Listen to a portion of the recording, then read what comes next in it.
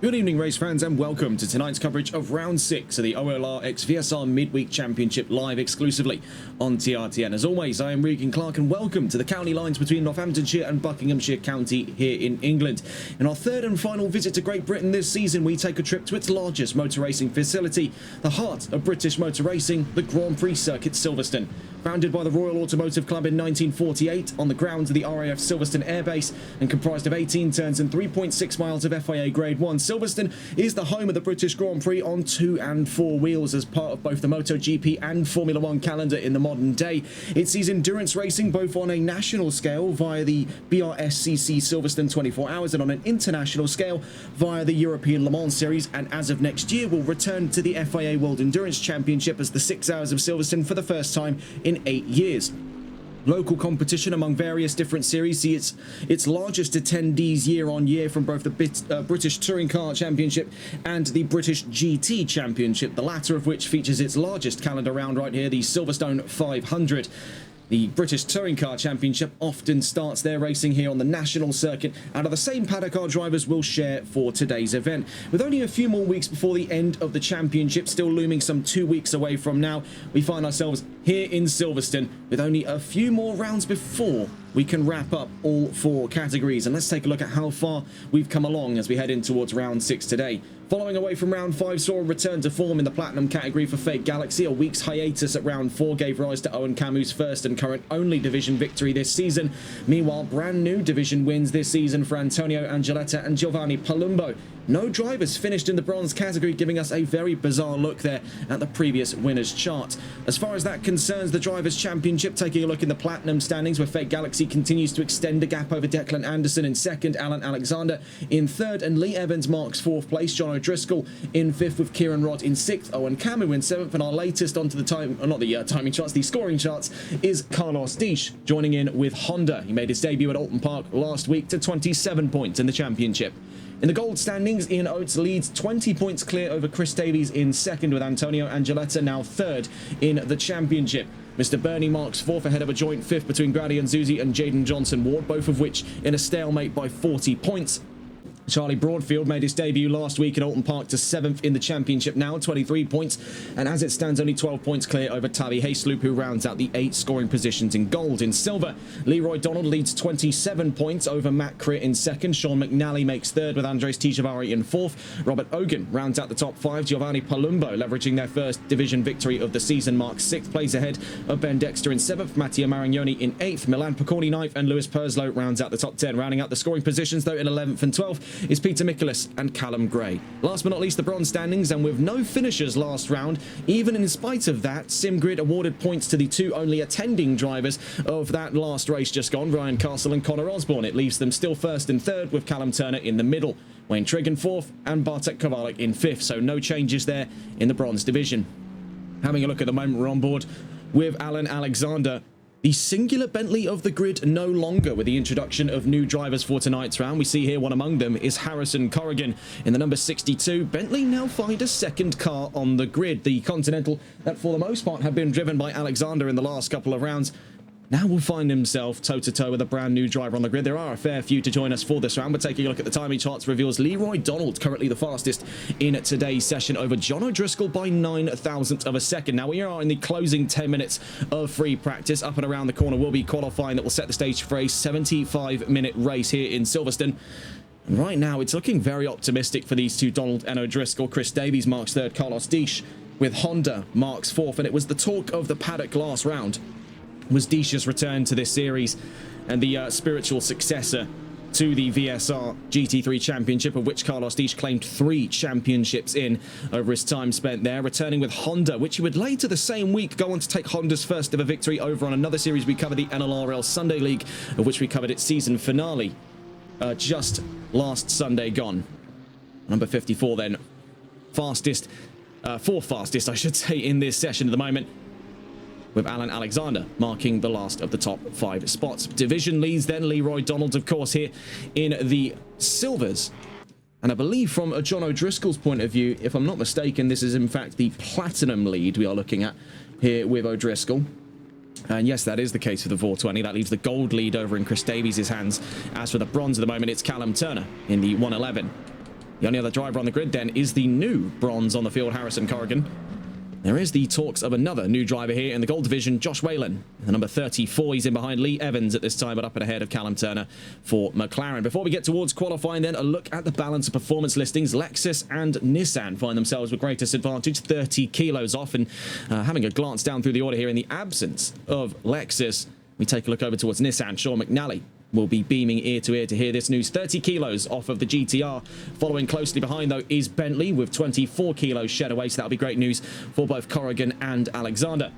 Elsewhere then, Ford lose 15 kilos and down a single percentile on engine restriction, with 19% of engine restriction over 20 last round. Mercedes lose 9 kilos and Honda, the last of the weight losses, 2 kilos off of the NSX. So solid news there for Carlos Disch currently in the paddock. We are told that there is the possibility of a session reset just before qualifying, so we are keeping an ear to the ground on that one. But before we get to that point, having a look elsewhere in BOP, 5 kilos on for Aston Martin, 6 for Porsche, 10 for BMW, 14 for both McLaren and Lamborghini, and Ferrari heaviest for tonight's race with a 16 kilo ballast.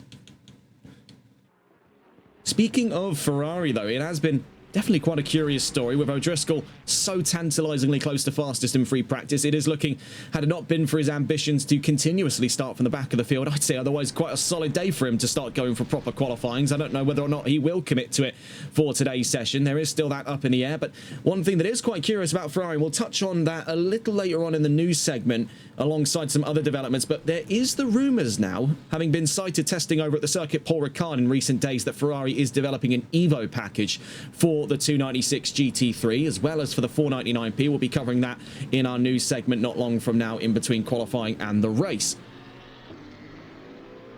Right now then, with 3 minutes before the end of free practice, we still keep an ear to the ground on the possibility of that reset just before qualifying, as it would happen to be the case. Yes, so we are told at 7:29, current time is 7:27, there will be a server reset. We'll be coming back in with just about a minute to spare before we get on in towards qualifying. So we'll hold on the talks there for balance of performance any further, and as well for the qualifying predictions coming up not too long from this point. There will be a little bit of an interruption coming up there, but we have just been given the word from race control before we head up in towards quali today. O'Driscoll now down to a reluctant P3 after the new fastest time just before the reset here for Alan Alexander, 158.687. Now, we're told today mixed conditions, so there is in equal parts the risk for rain as there is the chances for these drivers, and I'm hoping, and I imagine they're hoping as well, it is going to be a drier set of conditions. Now, I think our real hopes at TRTN is a mixed conditions like we have seen in earlier bouts where we've seen mixed conditions. I think we saw it at Zolder and a few other series in recent memory, and it was a very, very interesting one there.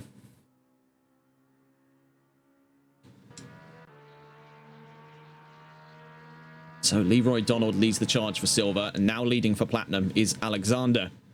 We were told today there was a no-show expected from Fate Galaxy, so an opportunity once again presents itself for a brand new platinum winner. Could it be Carlos Disch? Of course, very closely connected to Fate Galaxy. These two have been often cited together on track, more so than separately, but now with Disch without Fate Galaxy, that Honda, which we have seen is more than competitive in his hands. That was demonstrated to us last Sunday over at the Autodromo Nazionale di Monza, where he took Honda's first ever victory in Sunday League history.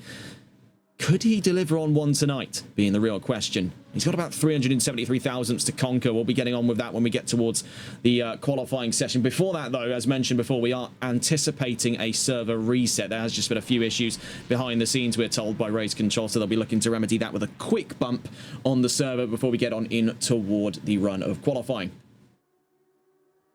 And that's coming up in only a few seconds time here, so we just wait for the bulletin to come through on that one, and then we'll be heading off into technical difficulties and we'll be back to you hopefully within about a minute of when it happens. We can't make 100% guarantees to it. You can see the drivers are already taking leave of stage here, just waiting for that change to come on through. So we wait here in anticipation for the start of qualifying in a moment's time, and that will be coming up 20 minutes worth of qualifying to set the stage for a 75-minute race here at the Grand Prix circuit Silverstone. It's going to be an exciting qualifying ahead of us.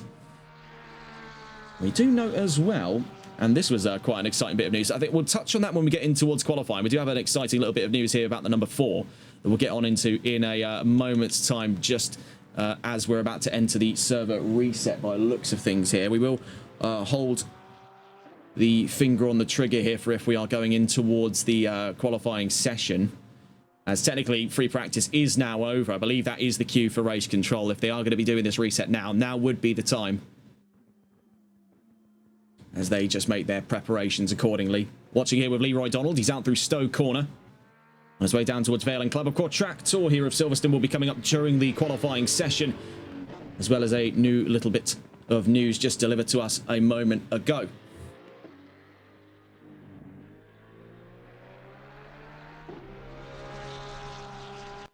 They said it would be around 7:29 when they did this. They're about 2 minutes late now.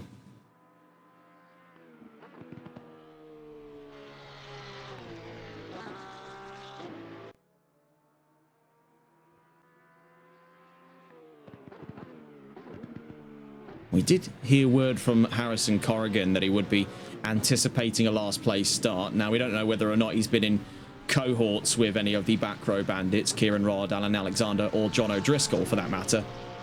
It is going to be curious to see the development as things get on there for that Bentley. Of course, we've seen in the hands of Alan Alexander, the Continental is by and large one of the most potent packages in GT3 in the current day on Assetto Corsa Competizione. It takes a firm hand at the wheel to really get the most out of that car. It's a car we labelled the Battle Cruiser back in our visit to Brands Hatch.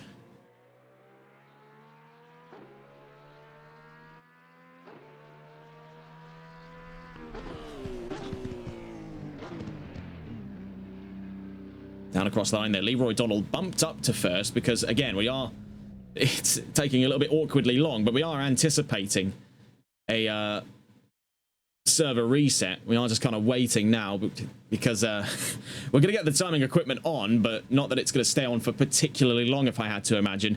20 minutes of qualifying officially, I'd say more technically, underway at this time, but we don't know for how long is that going to last exactly. Joining back into the session, you can see it's the number 01. That was the Porsche of Antonio Angeletta. We do head out for some drivers here in towards quali.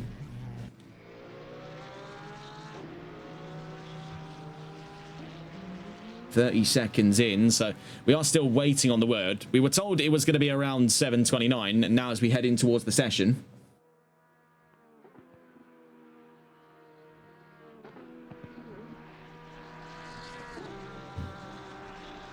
bear in mind, I'd like to point out, we were paraphrasing word from some of the members of Race Control as to whether or not there was going to be an entry list and vice versa server reset. So if we are heading in towards the session, then fair enough. There's, not the end of the world.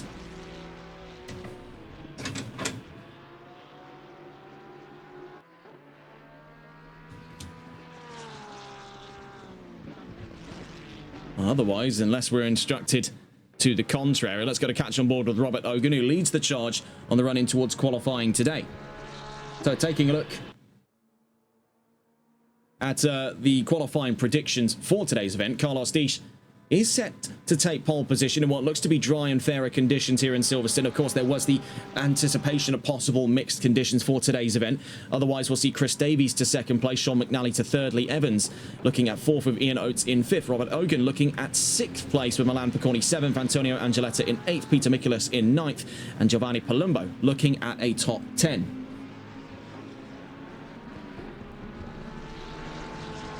So we've just got information through. There will not be a reset. So I'm a little bit frazzled there, but we have now been told there is not a reset coming on. The entry list is not playing ball. So it does give us the opportunity as we go to catch on board with the number 6 car. And if we actually catch them just before, if we can go look for the Nissan here, because we did get quite an exciting little bit of news here for Mr. Sean McNally. It is, as of the time of recording, his 50th birthday. So happy birthday there to Sean McNally down in the Silver Division, number 4, the last of the GTRs on this grid. Let's go to catch on for the run in towards the first of our flying laps today with that number 6. As Ian Oates crosses through Cops Corner here at the Grand Prix Circuit Silverstone. Following on with the number 6 as we head down through to Maggots Beckett and Chapel. An area of this track so iconic it's been used as inspiration for newer track designs thereafter, namely at the Circuit of the Americas. The opening sector was heavily inspired by Maggots Beckett and Chapel. There was also undertones of Suzuka's S's section in the East Circuit. Off of Chapel onto the hangar straight. Named for the location of the hangars that used to house the Vickers Wellington medium attack bomber as its time spent as a Royal Air Force installation during the Second World War. In through to Stowe Corner. And we do have a bit of a drop here just after Stowe. In the wet conditions, that can catch you out. We've seen it happen in Formula 1. Down through towards Vale and Club Corner. Heavy overtaking opportunity for our drivers today, as we see here from Oates trailing Milan Picorni up in front of him in the number 29, but he is the first to take on to a flying lap today, out through Club Corner onto the most recently named section of Silverstone, the Hamilton Straight, named after Sir Lewis Hamilton. As we run parallel to the wing building that was introduced in around the early 2010s, and the track underwent rapid revitalisation that introduced the world to the arena section, as it's dubbed, as we head up through Abbey Farm, now into Village, and then through to the loop. And these parallel hairpins are going to serve as quite an interesting point for battles for these drivers today, as we rocket down through fast left-hander here at Aintree onto the Wellington Straight, named after the aforementioned Vickers Wellington, as we head through to Brooklands and Luffield. The first of our times coming in then from the number 6. Everything looking strong so far. I wouldn't imagine anything would have took him out of the possibility to set a valid flyer. So we'll see here from Ian Oates making his way through Luffield Corner down towards Woodcote in a moment's time, just before we go onto the National Pit Straight. Down to the line goes Ian Oates, the first of our times today here in round 6 qualifying. Ian Oates across the line. From behind him there was Robert Ogan by 589 thousandths. From behind them to the line was, I believe, there the number, I want to say it was the number 144. Then from behind him the number 363. So Jaden Johnson Ward was momentarily second. Charlie Broadfield now fastest by 700ths over Ian Oates, the new driver from last round, the number 18 Lamborghini, now fastest in the session. Purslow across the line a moment ago. And we see McNally, of course the birthday boy for this event, turning 50 in the number 4.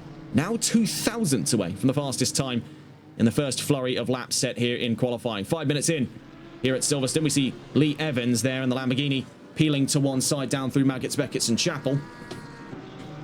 Nearest to the line was the number 315 a moment ago, and that would have been for Alan Alexander. He makes his way onto another flying lap. The number 34 is nearest, and that's Josh Whalen, one of 2 new drivers for this round, the other being Harrison Corrigan in the number 62 Bentley. We see here for Whalen making his way up and around Luffield in towards Woodcote Corner. We have seen very strong performances from McLaren in the past at this track here over many different championships on Assetto Corsa Competizione. It is one of the more potent cars to have on this grid, even in spite of a double-figure weight gain under BOP tonight. Whalen goes to 10th. Meanwhile, Chris Davies, another McLaren from behind him, goes fastest by 7 whole tenths of a second over Broadfield. 702 from McNally and 770 from Oates.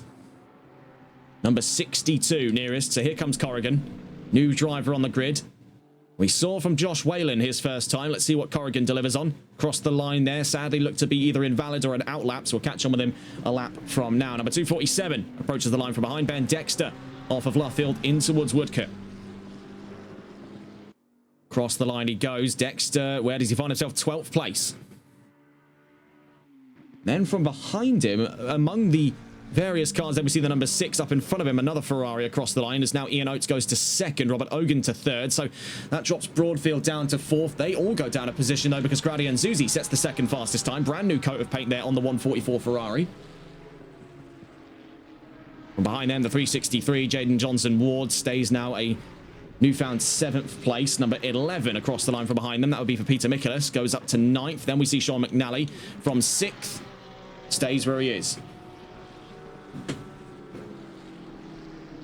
111 nearest to the line, so here comes Callum Turner, one of 2 bronze drivers for today's event. Turner to 11th.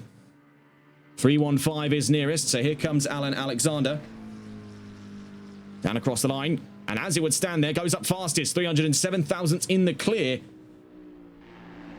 But it is going to be a bit of a curious story, because of course we know the case here for Alexander, much like for his fellow bandits, that of Kieran Rodd or John O'Driscoll.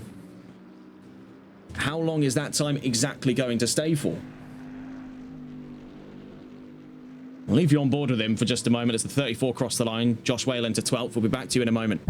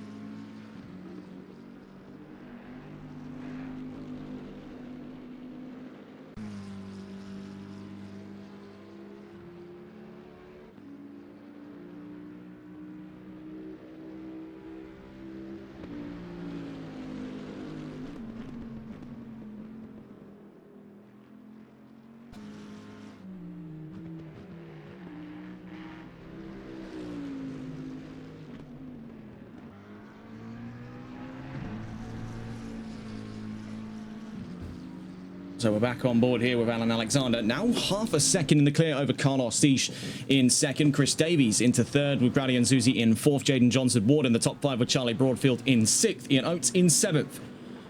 And then down to the back of the top 10, Ogan, McNally and Evans.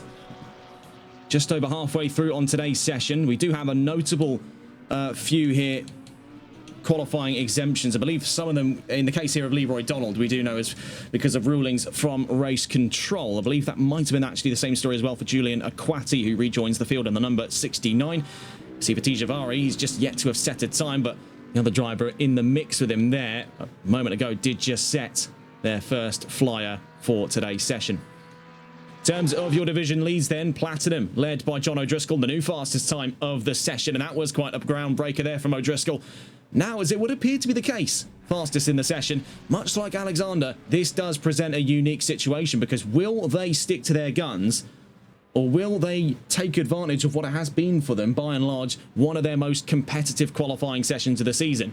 We see for Alexander, the recent rebuttal now places him 170,000 in the green over John O'Driscoll, so they hold a 1-2 here. The back row bandits, as they've been better known for this season, might need a brand rebranding here because, well, I don't think front row bandits is going to work so well for them, but they are clearly performing to that kind of standard. Carlos Dish makes third, Davies fourth, and Zuzi fifth. We'll see though from Dish, what is the rebuttal coming up here from the Swiss talent in the 54. Honda being his latest manufacturer of choice. He delivered to his first win with Honda last weekend just gone. Dish to the line, does find a bump up there from 7 to 5/10 of a second. Now breaks himself clear away from Chris Davies. So 8 minutes left to go here in qualifying. Across the line a moment ago when I believe that was the number, I want to say number 29. So that was for Milan Picconi with Ferrari at the moment. That's third for the silvers behind McNally and Ogan. As for the bronze, there's only two drivers in that conversation, Callum Turner and Harrison Corrigan. We see that gap get grown ever further because Andres Tijavari now steps in between the two bronze drivers alongside Ben Dexter for 18th and 19th. Trouble there for the 420. We just noted down at Brooklands. He's gone out quite majorly wide here, but he keeps on going. He's going to pick up a few marbles along his way there. Number one from behind, Antonio Angeletta, still reveling in their first Gold Division victory of the season as of Alton Park last week. Right now, though, as far as things stand for gold, they've got a fair bit of ground to travel upon here because Chris Davies is the one with the Gold Division pole position behind three platinum cars, Dish, O'Driscoll and Alexander. And then it will be Davies and Zuzi, Johnson, Ward, Broadfield and Angeletta. So 5 gold cars stacked in behind 3 platinums. Actually, that's 6 there with the inclusion of Ian Oates. 111 was nearest to the line, but I believe in the pit lane, yes, is Callum Turner. So we'll turn our attention to the number 28 car. That'll be Chris Davies to the line. Needs 2 attempts to go level with Carlos Dish for third. Across the line he goes. From behind him is Robert Ogan. Ogan 10th, stays where he is. Davies 4th and also stays where he is. Number 363 nearest, Jaden Johnson-Ward.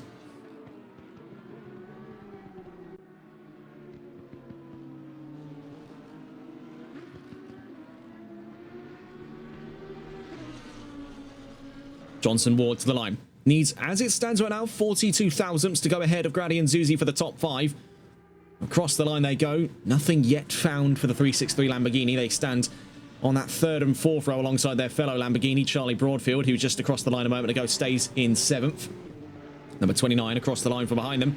That would have been for Milan Picconi, but nothing found there. As you can see, a very close gap mounting between themselves and McNally at this time. It's about 21 thousandths of a second between the 4 and the 29 for what is a division second in silver. Recent developments from bronze, though. Harrison Corrigan, now on bronze division pole, gone up and ahead of Callum Turner.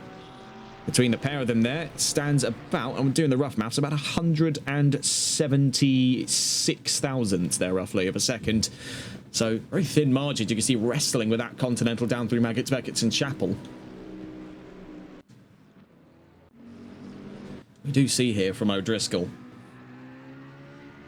So our apologies in advance there for the issues surrounding the communication breakdown between us and race control. We were anticipating a session reset before today, so we just kept the finger on the trigger and kept going as normal. Unfortunately, that's paid off in the long run because it turns out there was never going to be a reset. What a surprise that's come to be. Out through Cops Corner, 170,000 still being the margin between O'Driscoll and Alexander.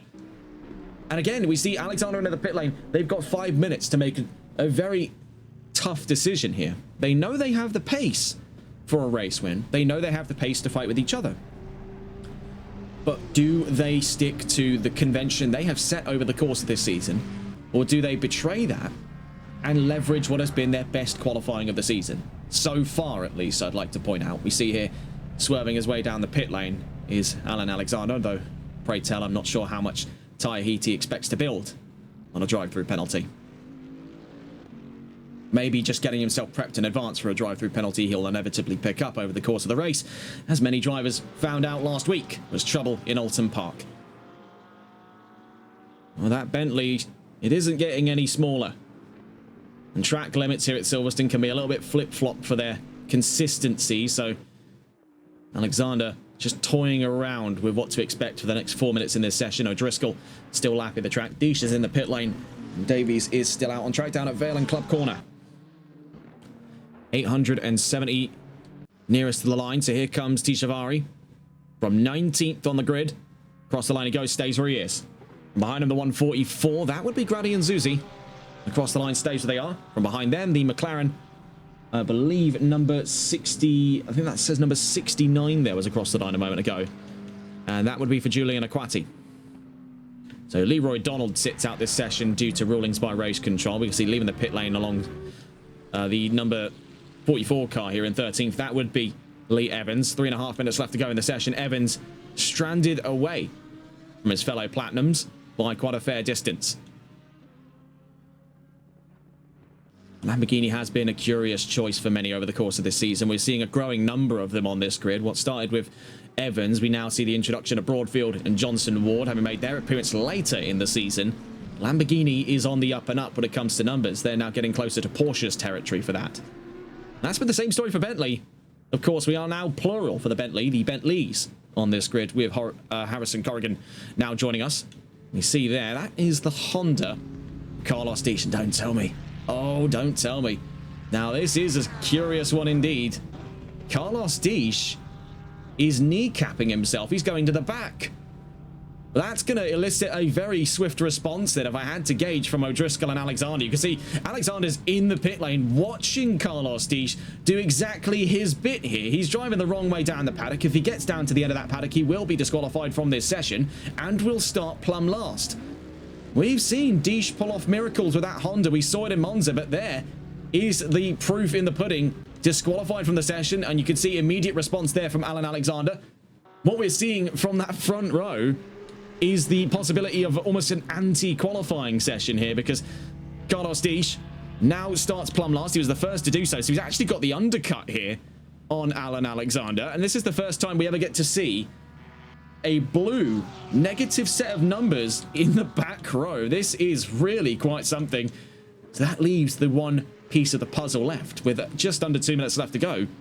Will John O'Driscoll join onto the back row, or will he take the chance that has sat in front of him for so long here, and a point that we have been swift to raise this season, that had he applied himself more and not followed this albeit a bit gimmicky but entertaining line of logic in this season, they could absolutely pursue championships. But this almost comes as a betrayal of oneself, if I had to imagine, from O'Driscoll. He has been doing this for the longest time, to suddenly turn around on a system that he has effectively helped create on this grid.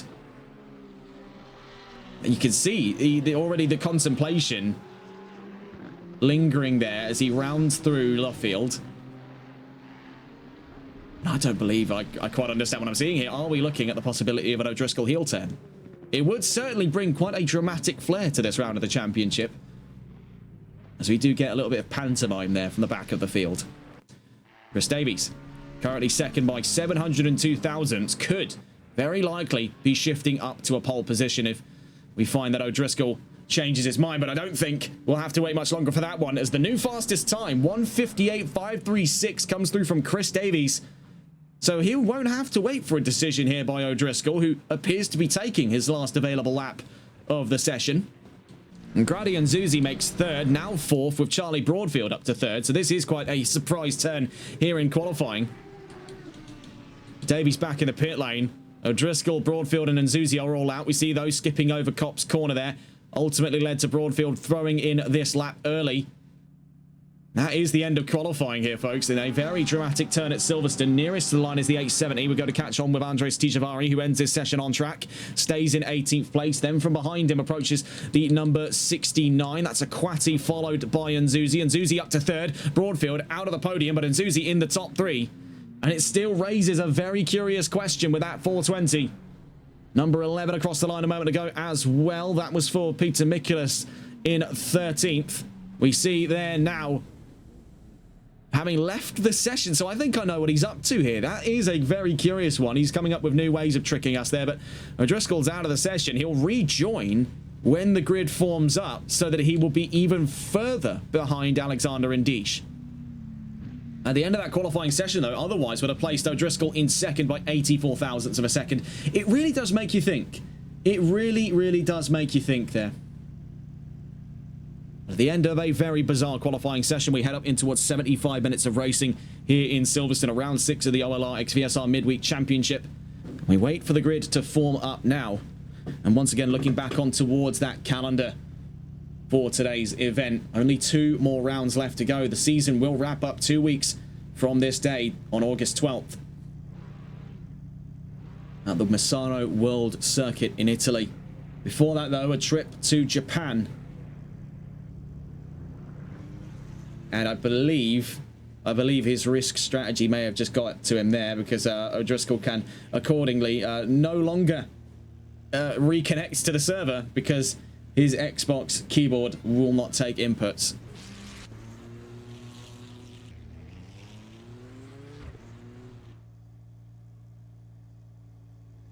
Well, that has been trouble for him then, hasn't it? That's not worked out the way he was hoping for. And so, before we get in towards the grid for today's event, a look at the news reveals some recent developments from the World Endurance Championship. Now, this is still hot off the press, so not much information is still yet officially known.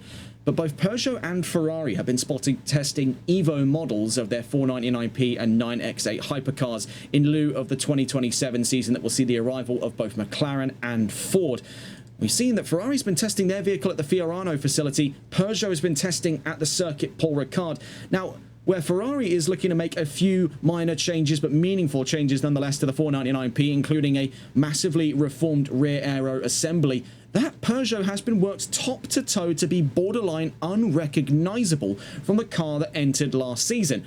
Some have even gone so far as to call it the Peugeot 9X5 for its resemblance to the 1991 Peugeot 905 Group C prototype that 2 years later in 1993 would take a 1-2-3 victory at the 24 Hours of Le Mans. It's been worked top to toe, brand new front aero, brand new rear aero. Now, some are suggesting this may actually be more of an LMDH job here, and some suggesting there could even be some connection between Peugeot and Orica. Others are suggesting that the 9X8 chassis still exists beneath this brand new skin, and everything else around it has been massively reworked. Of course, we saw this year Toyota reworked the GR010 into the TR010, and that was emblematic for them as they went on to take this year's 24 Hours of Le Mans win. Ferrari looking to strike back after 3 years straight of domination with the 499p. You can see changes to the rear aero, but also to the front there with a brand new auxiliary light, among several other features. One that I'd say quite reminds us of Knight Rider there, with the scanner bar right up front on the new quote-unquote 499p Evo. Of course, both of them acting names until we exactly know what is going on here. That could be the 500p and the 9X9 for all we know. But that's all the information we have on that at the time. We also mentioned earlier in the stream that Ferrari was also spotted testing an Evo model for the 296, of which we now see in front of us here on the front row, just under 2 minutes before the start of round 6 of the OLR x VSR Midweek Championship. And it's Chris Davies to a surprise pole position, Grady Nzuzi in second, Charlie Broadfield in third, with Jaden Johnson-Ward in fourth, Sean McNally in fifth, with Antonio Angeletta in sixth, Ian Oates in seventh, Robert Ogan in eighth. We saw a drop away there on the grid for the original ninth place. That now brings it up to Milan Picconi in ninth place. Lee Evans rounds out the top 10. Josh Whalen on his debut in 11th, with Peter Mikulas in 12th, Lewis Perslow in 13th, Harrison Corrigan in 14th, Callum Turner in 15th, Andres Tijavari in 16th, Leroy Donald in 17th, and then we see our drivers starting from the back. So it was Julian Akwati who suffered a disconnect there, as well as Ben Dexter. Otherwise, we see Alan Alexander and Carlos Deesh. We were originally going to be seeing the number 420 but he has now been soft-locked out of the game after leaving just before the end of the session. That sadly means that O'Driscoll won't compete here in Silverstone, at least not for the time being. So behind Carlos Dish is Ben Dexter and Julian Aquati. 21 cars in attendance, 11 on one side and 10 on the other. About to catch on board then, on with the 28. The start of the formation lap here at Silverstone. 30 seconds. 30-second warning admitted to the grid there. 21 cars in attendance to round 6 of the championship here at the home of the British Grand Prix. And it's a McLaren on pole position. So British-led machinery here. We have the 720S Evo introduced in 2023. You hear that soft hum of its 4-litre twin-turbo V8 engine mounted behind the driver's seat for the number 28 of Chris Davies. He'll take us away with 20 cars to his rear at this time.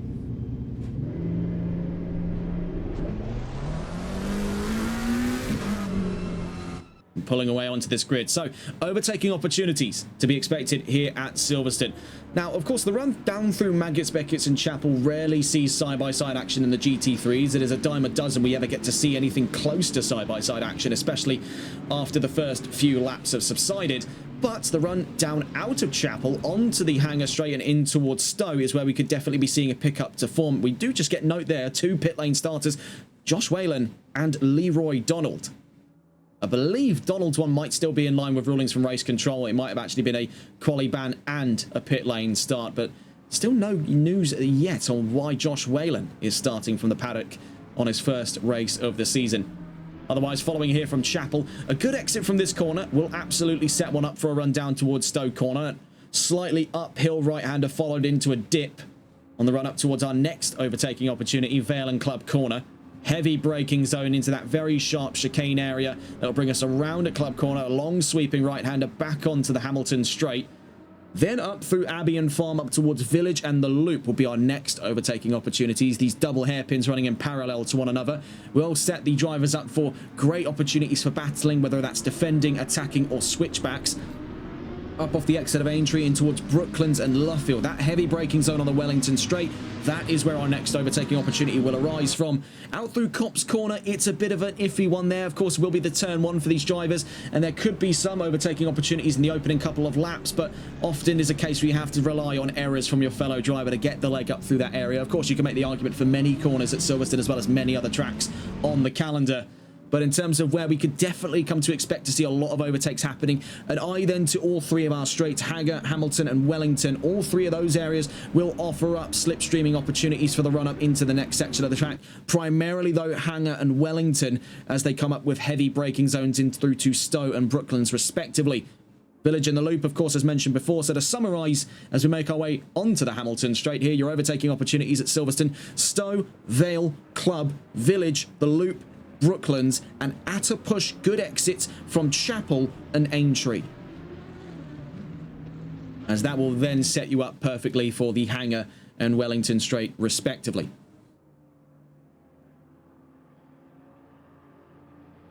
And so this could be a very, very curious turn in the story here for Chris Davies, of course, 2-time VSR champion. Back when there was series was known as the VSR GT3 Championship. And so far this season has claimed on a Gold Division win. That was back in round 2. So far, 4 races on from his first division win of the season. He is hungry for another. As so far, it has been, bar the duplicate there from Ian Oates in rounds 1 and 3, has been from round 2 onwards, different names. So Davies, then Oates, then Nzuzi, then Angeletta. Ian Oates, the only driver this season to have gone for duplicates when it comes to Gold Division victories. Of course, for Platinum, that's a pretty obvious one there. Fake Galaxy. In Silver, however, it's been Leroy Donald. Back-to-back victories in round 3 and 4. And Ryan Castle has taken multiple in Bronze. Down through to Brooklands and Luffield here. As we are about to get underway, we're racing. An hour and 15 minutes lay ahead of us here at the Grand Prix Circuit Silverstone.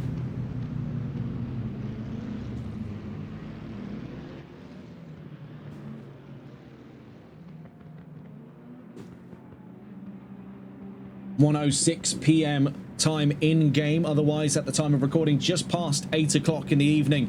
75 minutes of racing ahead of us here for round 6 of the OLR X VSR Midweek Championship. 21 cars in attendance, and as it stands, 3 from the pit lane. As we head down towards the line, 75 minutes on the clock here at the home of the British Grand Prix with McLaren on pole, Ferrari right alongside them. Without further ado, here in Silverstone, as we approach the line on a scattered grid here today. We are green and racing here in Silverstone, and a brilliant start then from Chris Davies immediately to cover off an advance by Nzouzi, and an even better start from behind, as we saw there from Charlie Broadfield to go up side by side with Nzouzi, watching over the rear view here of the McLaren that had a brilliant getaway for the start of today's race, with Charlie Broadfield having made his debut in Alton Park last week, having a great start here in Silverstone.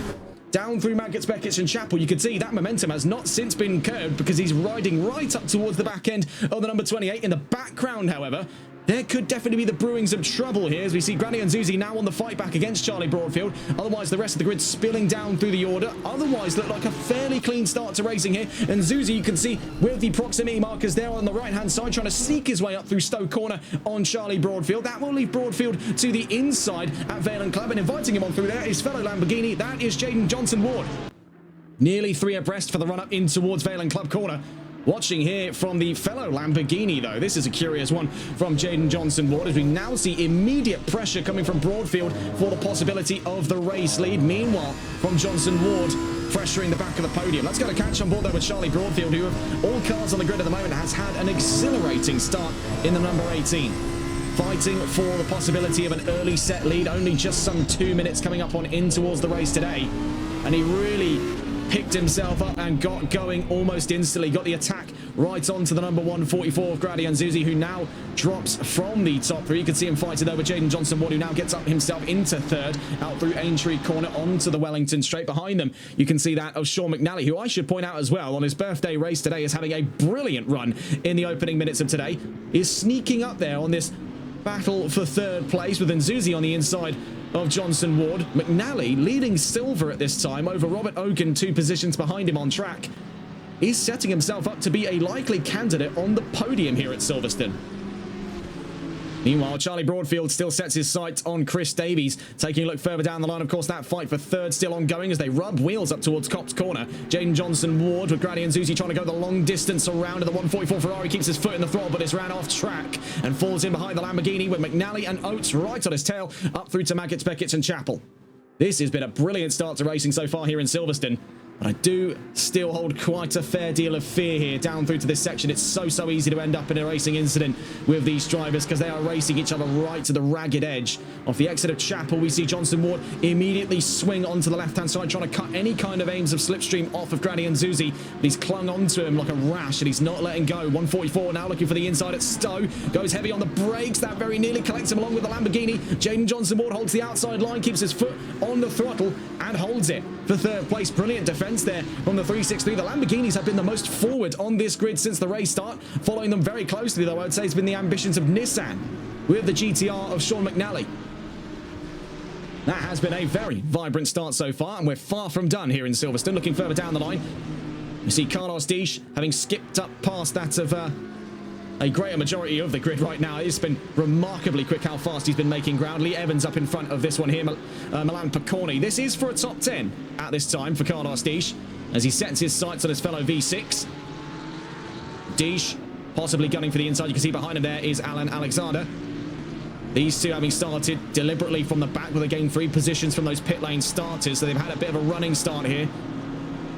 Picorni still trying to defend what is now 11th place as Evans sets his sights on newcomer Harrison Corrigan. Corrigan in the top 10, leading bronze by a landslide at this time. He's being intercepted by Lee Evans. Evans dives for it at Brooklands. He's got more rotation than the Bentley, and he uses that to great aim there to keep himself in the fight. Now up and ahead in towards 9th place. Milan Picorni is being swamped in at the moment by an advance by Carlos Dish and Alan Alexander, the new back row bandits for this race. It is a bizarre one, of course. They've gone to the back by their own volition, and we are without the 2 original back row bandits, Kieran Rod and John O'Driscoll. So we see there with Dish going on the inside at Copse Corner, now gets an extra position up to 11th place on Milan Picorni. Action from the front lines. We see here Robert Ogan now gets the silver lead up over Sean McNally, who drops onto the nose of Antonio Angeletta. Up in front, Ian Oates holds on the 5th. Nzouzi holds on the 4th, but Lamborghini is in hot pursuit for a win today. Broadfield and Johnson-Ward, gold 1, 2, 3, 4 and 5 at this time. The Platinums just couldn't hold a candle. Robert Ogan now ahead of Sean McNally, so it's 6 cylinders against 6 cylinders. Two of the best V6, no, not V6s, sorry, two of the best 6-cylinder engines of all time, flat 6 here with the Porsche 911 992 and the V6 of the Nissan GTR. Two very distinct engines. The same family of those, I think I've mentioned this a few times, the same family of engine that Nissan made and turned into the VR38, the VR family of engines. It's the same family that brought us the engine used in the Dacia Sandrider over in the Dakar Rally. You see here when McNally going long in towards Village. Now the loop. He's trying to conserve as much momentum as can be here to try and sneak up on the number 96. You see solid exit there from the loop. So in through Aintree, he'll be in the slipstream on Robert Ogan. Meanwhile, Corrigan falls down behind Carlos Disch and Alan Alexander, having dropped way down the order. McNally looks for the inside, down at Brooklands, goes for it, deep on the brakes. You see from around the outside, Robert Ogan trying to over-rotate the Porsche to keep himself up and ahead. That invites in Antonio Angeletta, who now forges his way to the inside onto Sean McNally. You see there, that's trouble for McNally, a gamble that's just not succeeded so far, but he's still got plenty of time to play with here at Silverstone, so a brilliant start. And I cannot stress that point enough because it is such a rare thing at Silverstone to have things go as swimmingly as they are. Now, that's not to say everything's been perfect. Of course, quite a fair few pit lane starts, and I can imagine there's some incidents we've not caught just yet. We see now getting 2 positions for the price of 1 could be Antonio Angeletta, but not if Robert Ogan has anything to say about it, and believe you me, he does. 6th place is what he'll defend here in the number 96. That is the Silver Division lead. We see Leroy Donald is fastest so far. Fastest lap of any one driver. Up in front of him there, that's Josh Whalen versus Lewis Perslow. It's been a curious story from the 2 newcomers for today's grid, Whalen and Corrigan. We see here with Corrigan about to be intercepted by Julian Aquati, who himself got up and ahead of Milan Piconi a moment ago, now gets the leg there on Corrigan. Corrigan's playing things very sensibly here. He knows that he doesn't necessarily have to fight the other divisions. He can stay close to them and feed off of their slipstream just to keep himself away from Callum Turner. If he focuses introspectively on his goals in bronze, he's already shooting well above and beyond on his debut drive. But again, as we mentioned in the last couple of races, the sparse population for the bronze division does definitely raise a few eyebrows on whether or not there needs to be a rethinking of the categories later on in this series' existence, whether it goes back to being the VSR GT3 Championship or if it stays on as the midweek, as this sort of soft reboot of the same rule set. We see here Jaden Johnson-Ward, Grady Nzuzi, Charlie Broadfield and Chris Davies. A very, very close 4-way fight for the race lead and for the gold lead, mind you, as well. With an hour and 7 minutes left to go, and Zuzi hunts the inside here from Jaden Johnson-Ward. It could get ugly between the pair, but they keep things nice and tidy on the run through Brooklands, now in towards Luffield. The 144, you can see he's throwing the kitchen sink at this here, trying to throw a curveball in the direction of Jaden Johnson-Ward. Now, all of these drivers do have a mandatory pit stop that's of their own volition to play at any point during this race. There is no fixed pit window, so strategy is totally within their hands at the moment. We see then with Johnson-Ward still being hounded for position around the outside. Goes Grady Nzuzi, but he's off track just a little bit there. So would there be the protest from the 363 saying that Nzuzi is leaving the track and gaining an advantage? Well, I would say the move was done past the apex just then. Down through to Maggots, Beckett and Chapel. That is going to ruffle a few feathers from the 363 Lamborghini. Further down the line, Angeletta v. Ogan now comes to a head with Angeletta taking 6th. Ogan now has no protective shielding between himself and Sean McNally, who very recently lost that Silver Division lead. You can see behind them an ensemble of Platinums charging their way. Lee Evans, Alan Alexander and Carlos Disch in rolling formation down the hangar straight in towards Stowe Corner. Evans doesn't have to play formalities here. This isn't a cross-division challenge we're seeing. These are Platinum drivers doing what they do best, maul each other limb from limb, down through to Vale and Club Corner. We see very late on the brakes there by the Honda. Very brave here to try and go side by side. A little bit of a knock between himself and the 44. Emmons won't be the most pleased about that one. Carlos Disch now sets his sights on Alan Alexander.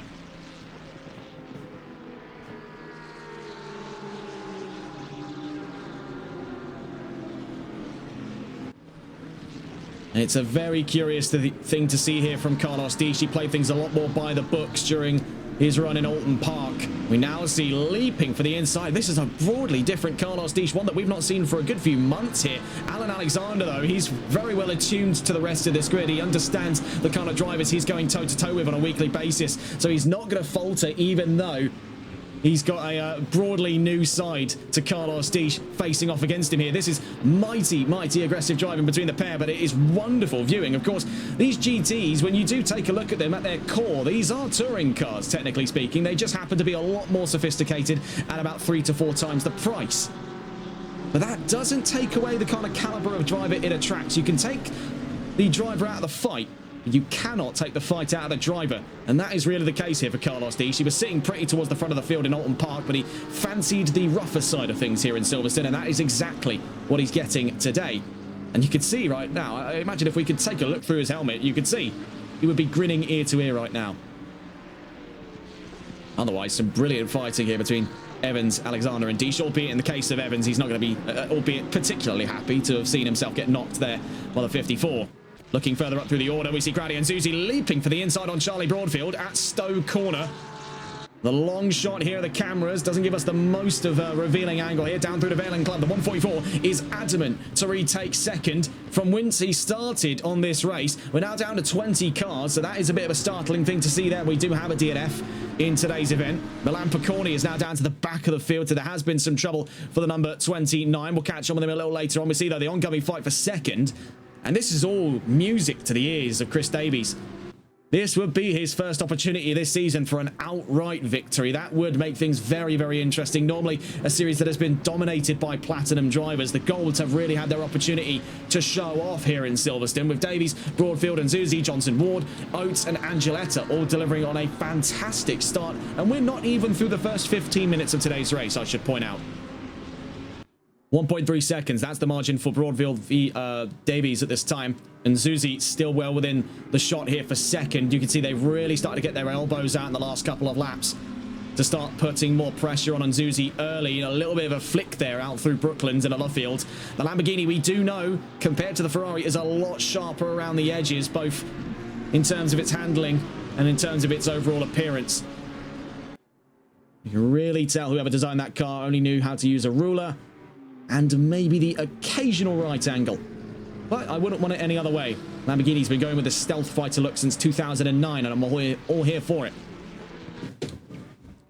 Meanwhile, that Ferrari, a developmental rival, the 296.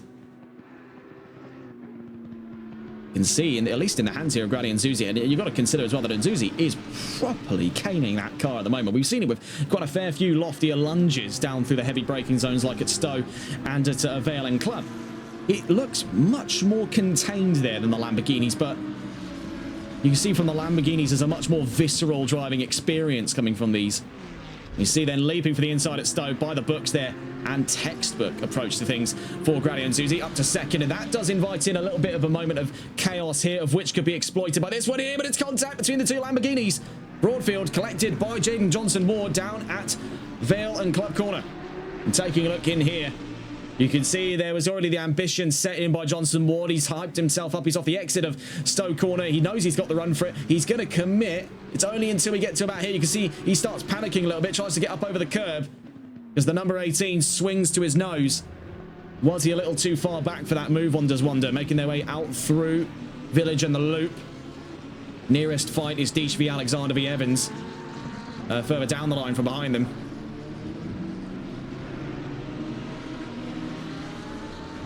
We've got a catch on board with these drivers here as things are looking to be rather interesting. But just a quick look in here for the Broadfield v Johnson Ward fight. These are, I should consider as well, newer drivers to this season. Both of them having joined in since after the first round of the championship. This being the newest among them, though. Besides that of Whalen and Cargan. In this fight particularly, this is the newer one, the number 18 that made his debut in Alton Park last week. And this is a very broadly different side. We saw there was definitely the sparks there of potential for Charlie Broadfield, but this has really been his opportunity to show what he's made of on this grid. It's been fantastic so far, still fighting nearly wheel to wheel with his fellow Lamborghini. Things got a little bit hairy there in their most recent exchange down at Vale Club Corner. Taking a look around the field, though, as we want to go and catch in with the developments surrounding some of the Platinum drivers' ongoing fights. Alan Alexander and Carlos Deesh. Now, they set sights upon here that of a 7th place fight ahead. You can see just up the road from them, that slate grey number 4 is Sean McNally, now leading silver. And this would, I imagine, be quite a solid birthday gift here if he's able to walk away with a race win in the silver division. I wouldn't scoff too much at that. 15 minutes in on today's race. We watch here with Alan Alexander. Currently then, Chris Davies leads over Grady and Zuzi with Charlie Broadfield in 3rd. Jaden Johnson-Ward in 4th. Ian Oates rounds out the top 5. Angeletta 6th. McNally 7th. D-Shape Alexander in 9th. And Evans rounds out the top 10. Further down the line, Ogun now having dropped down to 12th as Julian Aquati gets up to division 2nd in silver. Meanwhile, further down the line, Andres Tijavari in 13th, Peter Mikulis in 14th, Harrison Corrigan fighting off Leroy Donald here from 15th place off the exit of Vale and Club Corner along the Hamilton Straight. Donald currently 16th, hunting down a top 15 spot by the end of the first half of this race. Behind them, Callum Turner now falls in behind Josh Whalen. Lewis Purslow up and ahead of both of them, so a bit of an exchange there towards the back. And then Milan Picorni right behind that of Callum Turner in through to Village and the Loop. Meanwhile, we see here so nearly another knock between these two at Brooklands. Going way wide into Brooklands. That will leave him a bit high and dry here at Lovefield. Johnson Ward will have the better run of that corner, but he's stuck in behind that of Charlie Broadfield. But a better exit of 2. He's squeezed in through to Wood. This could get hairy between the two Lamborghinis. This is for 3rd. Broadfield defending. Johnson Ward's already up and ahead of him by the time we get in towards Cops Corner, so it's going to take a real stroke of bravery to upset the balance of it now. Meanwhile, we have yellow flags further down the line. Number, looking at it there, I believe 34. No, it's the number 60. What is this here? Number 44. My mistake there. So that's Evans in trouble. Down the Wellington Straight. What on earth could have happened here for Lee Evans? You can see there's no real indication of damage on that Lamborghini, but there's something that has gone on for him further down the line. Could that have been hardware failure by chance? Didn't know any other drivers involved in that incident either, but I'm sure we'll get word on that a little later on.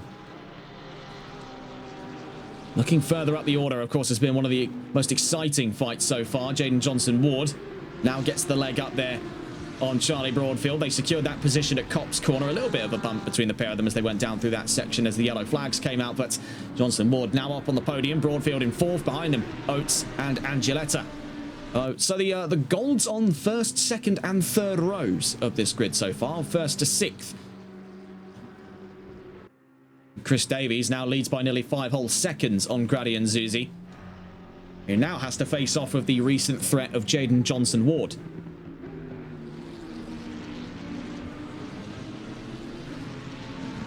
And we could be looking, you can see the amount of ground he's covered in such a short amount of time there. Last interval, he's gone up nearly, looking at it there, I think it was 1.1 to 7, so that is now 4/10 worth of advance made in just one sector. He is on the charge now.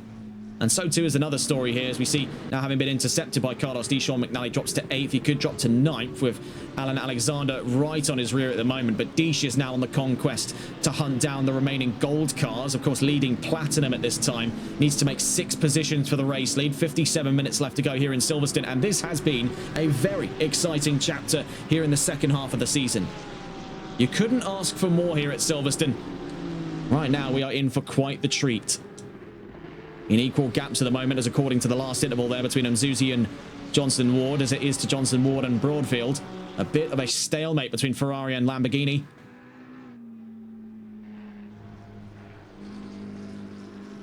That Huracan is a tremendously fast machine under that right foot. Like the Audi R8, its sister car in both development and in GT3, neither of them feature the all-wheel drive systems their road cars ship with, as it's strictly forbidden in SRO GT3 regulations.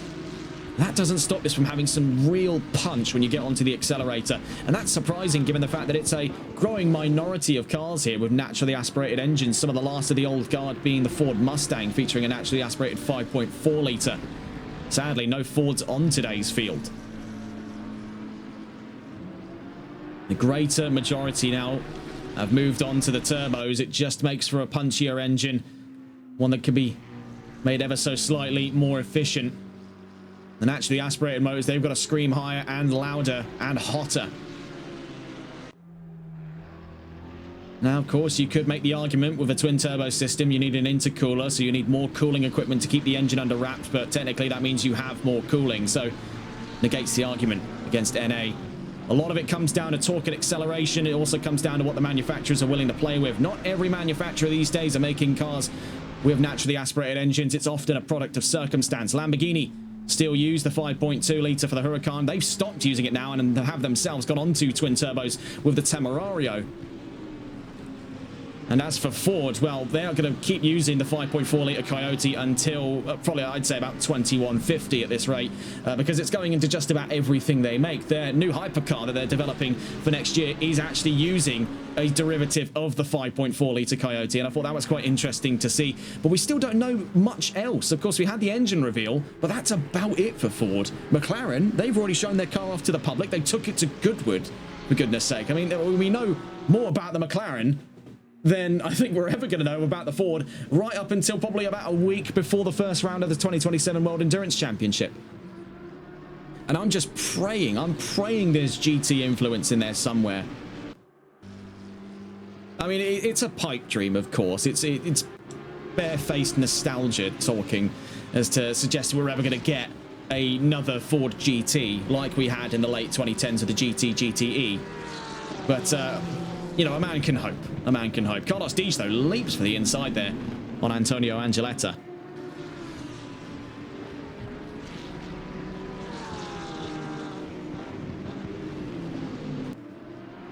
This is one of the latest fights on the table here for P6 between Flat 6 and V6. Behind them, Alan Alexander and Sean McNally. So McNally still leads in silver.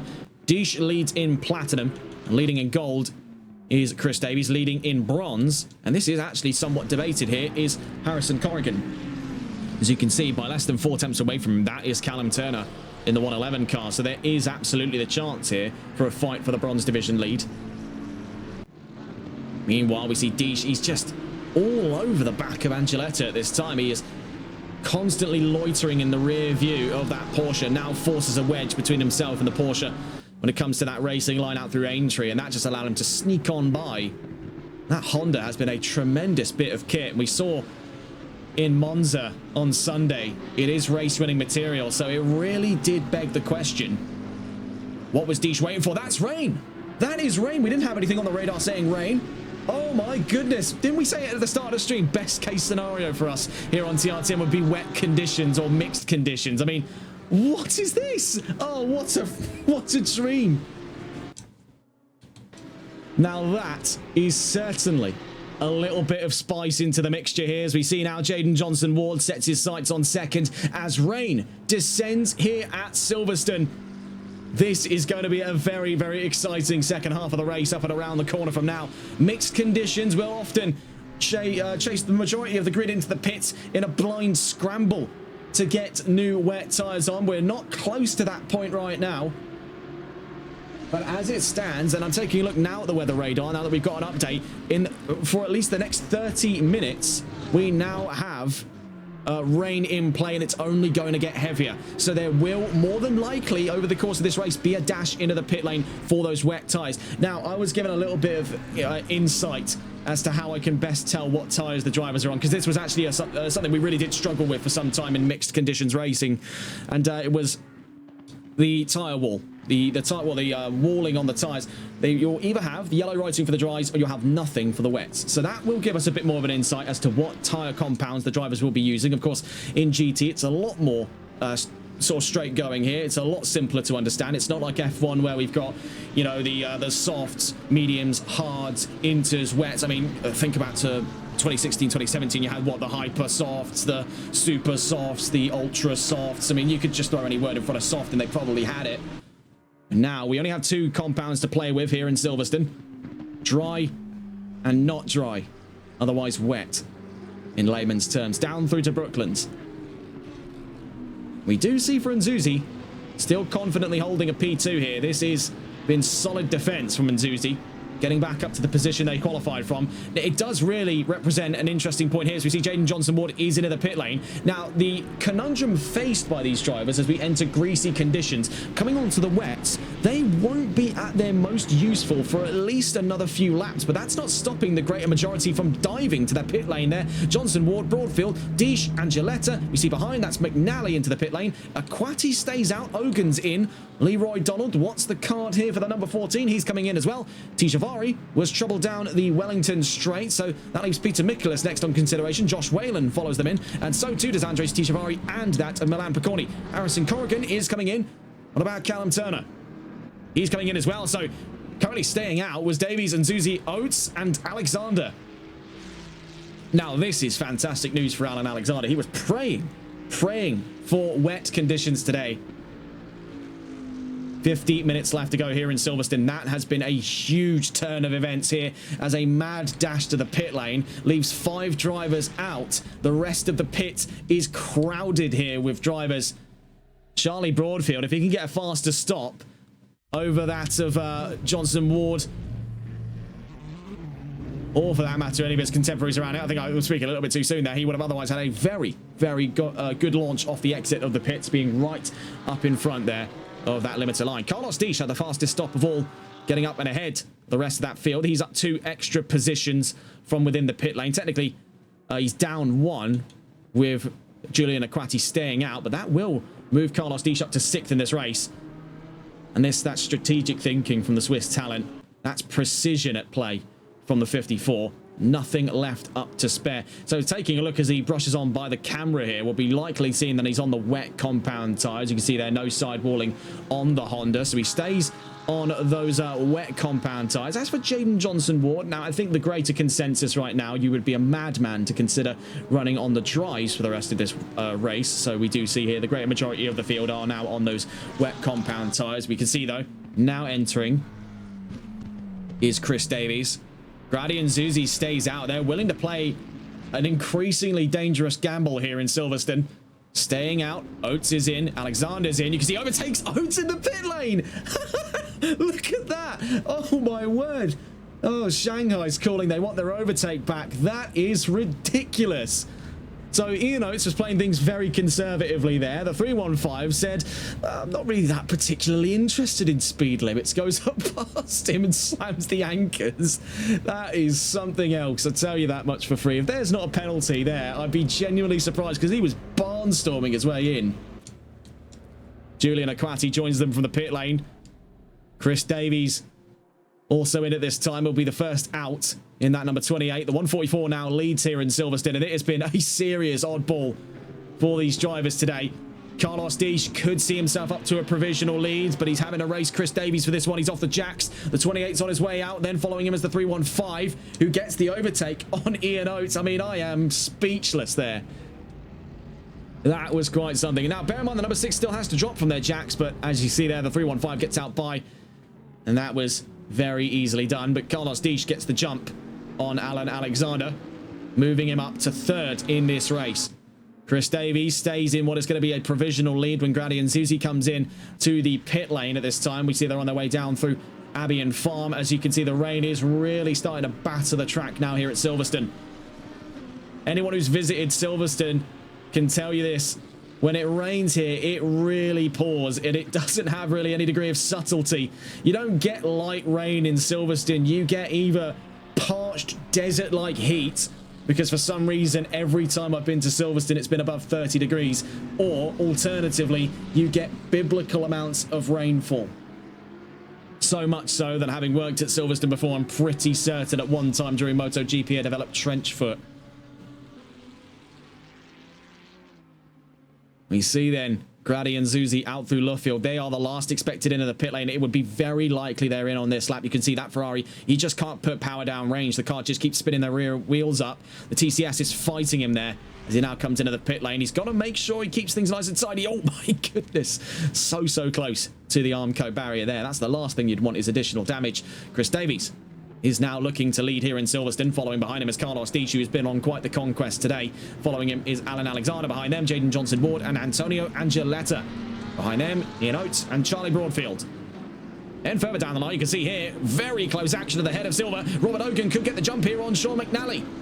He's on the inside Village. We see a little bout of contact between the pair as they head on through towards the loop. And you see that front axle on the Nissan is not playing ball whatsoever. It's locking up as he heads through the loop. Robert Hogan now leads Silver on the exit of Aintree Corner. That Nissan is struggling in the wet.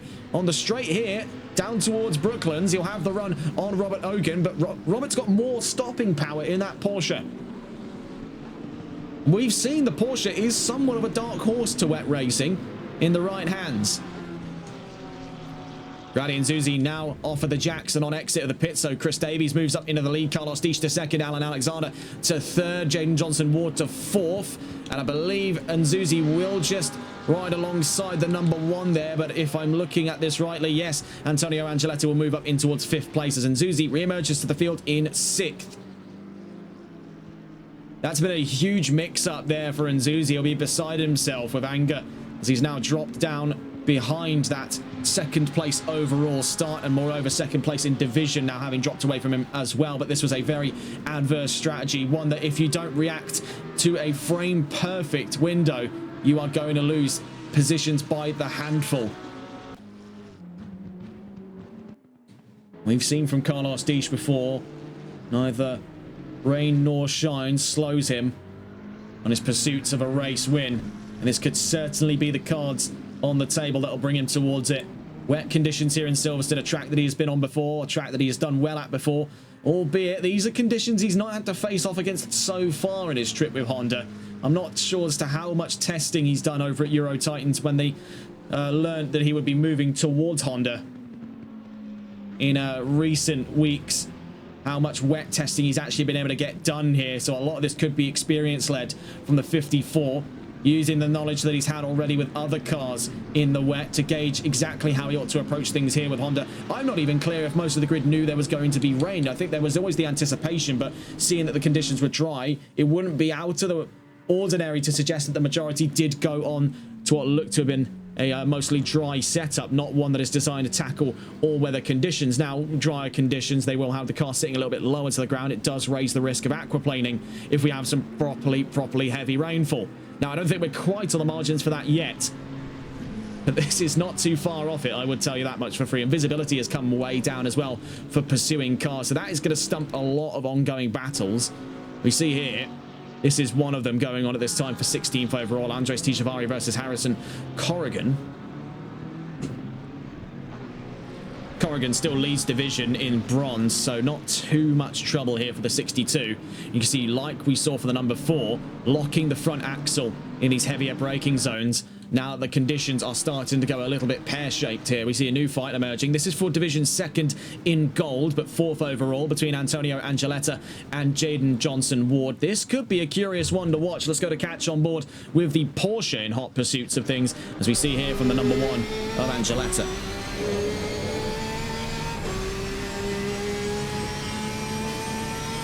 Right now, as it stands, this is a fight overall for 4th place. Locally, though, it's a fight for division second as we head up through to Stowe. Way out wide there under the brakes was Jaden Johnson-Ward. This could open the door up for a strike on the inside. He covers him off, though. Johnson-Ward already very well in tune with the strategy adopted thus far by Angeletta. You can see right behind them is Grady and Zuzi, now on the wet compounds.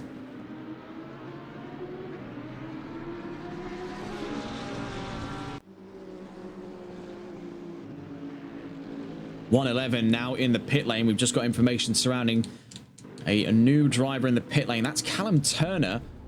And you can see right now he's on the wet compound, so I'm not sure what this stop is necessarily for, but he's into the pit lane. And that's all we currently know from the McLaren.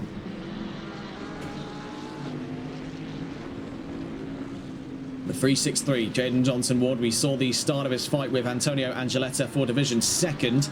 Grady and Zuzi just outside of the gold division podium and outside of the overall top 5. And this represents one of the closest fights on track at the moment. Even closer still is the one for Angeletta v Johnson-Ward as we go back on board to the number 01.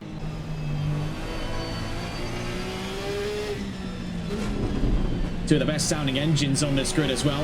Naturally aspirated V10 versus naturally aspirated flat 6.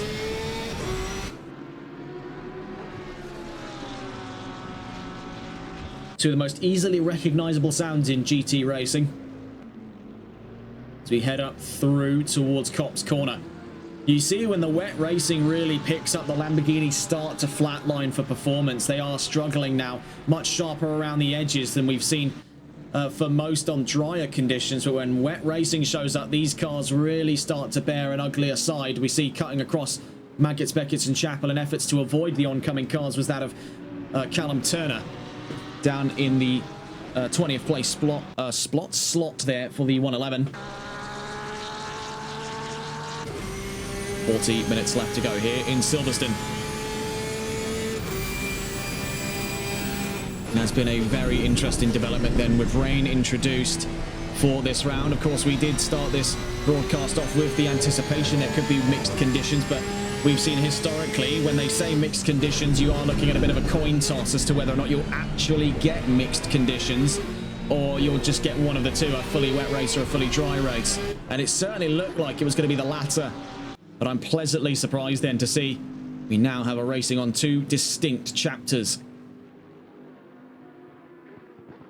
And so far, for as much as that Lamborghini has struggled in the wet, the Porsche hasn't been able to find the grounds to actually siege that fourth place. Angeletta playing things very patiently here as we are not too long away from the midway. I think about 2 minutes here from the midway mark of this race. So getting a look up towards the front of the field. Just before we do, having a look here, Broadfield is now out behind that of Sean McNally, who has 3.5 seconds from Robert Ogan at the Silver Division lead. See then for the number 4, he's really struggling. We spoke about Lamborghini's issues in the wet, but I think Nissan's got it tenfold here. We see one side of the car in the grass there for Broadfield. That's not going to be helping him in the long run. That has now dirtied the whole right-hand side of his car. I'd be surprised to see, yes, as you can see there, steps out of the lines in his contact with the Nissan. You just knew that one was going to happen. Watch that one play out, and we're going to watch it again in slow motion. Down through here towards Brooklands and Luffield.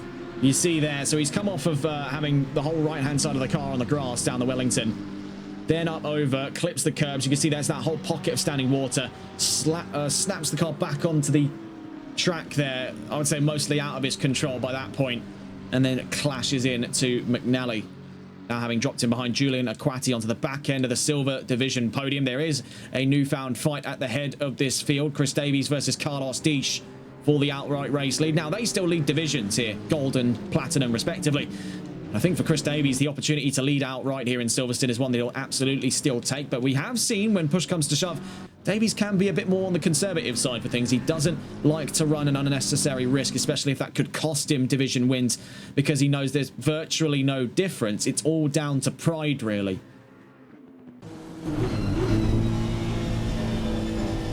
Watching here with Carlos Deesh, now fighting for the lead. Now he leads platinum, but this is the outright lead we're talking about. Fastest lap so far in this race. 1:59.537, the fastest lap of this race so far, set by Carlos Deesh. As we're now halfway through on this, we'll watch on board with this fight is taking a look further down the order on the current listings then past the first half of today's race. Chris Davies leads here in a newly wet Silverstone with Carlos Deesh in second, Alan Alexander in third, Jaden Johnson-Ward in fourth, Antonio Angeletta in fifth, and Zuzi sixth, Oates, Ogan, Broadfield and Aquati to 10th.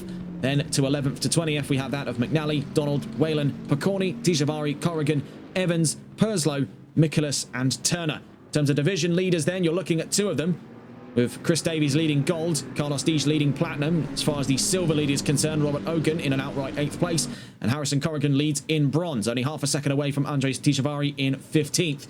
Closest fights on track, we're looking at one among them here, as we see nearly contact there, with Chris Davies so narrowly avoiding getting turned in towards the wall by a rampaging Honda. I don't believe he was expecting him to go that early onto the brakes. Look at this on the replays here as we head up in towards Copse Corner. This was coming up from the National pit straight here, and you can see so early onto the brakes by comparison was that for Chris Davies. I don't think he was expecting Deesh whatsoever to get that close, and neither was Deesh expecting Davies to be that early onto the brakes.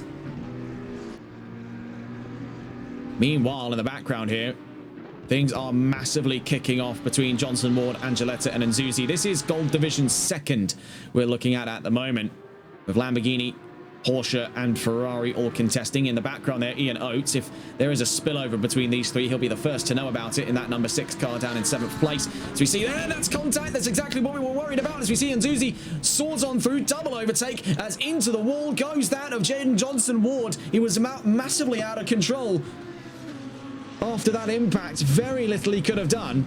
And I'm still a little bit confused. So he was early on the brakes. He was moving under brakes, I think that was there. We didn't get the full angle of things, as we still understand he is in at the wall. Yellow flags now subside as he's been brought back to the pit lane. A very shocking turn of events there that is now brought, by looks of it here, Grady Nzuzi up and ahead of Antonio Angeletta to a division 2nd in the gold, and up to an outright 4th place. And then, of course, as we saw there and mentioned, had there been trouble, Ian Oates would be the first to know about it, because he's now up an extra position and right within the chances to fight for a podium. Meanwhile, at the head of the field, Alan Alexander closes up here to Carlos Dish, who is in turn trying to take the lead of this race from Chris Davies. 34 minutes, just under 35 left to go here in Silverstone, and sudden drama descends here at the home of the British Grand Prix. We can see ongoing three-way fight. 3 different divisions in contention, mind you, as well. Silver, platinum and bronze, with Andres Tijavari in the blue and yellow Porsche being pursued by the black and green Lamborghini of Lee Evans. Behind them, the almost magenta and cyan, otherwise pink and turquoise, number 62, is new driver Harrison Corrigan.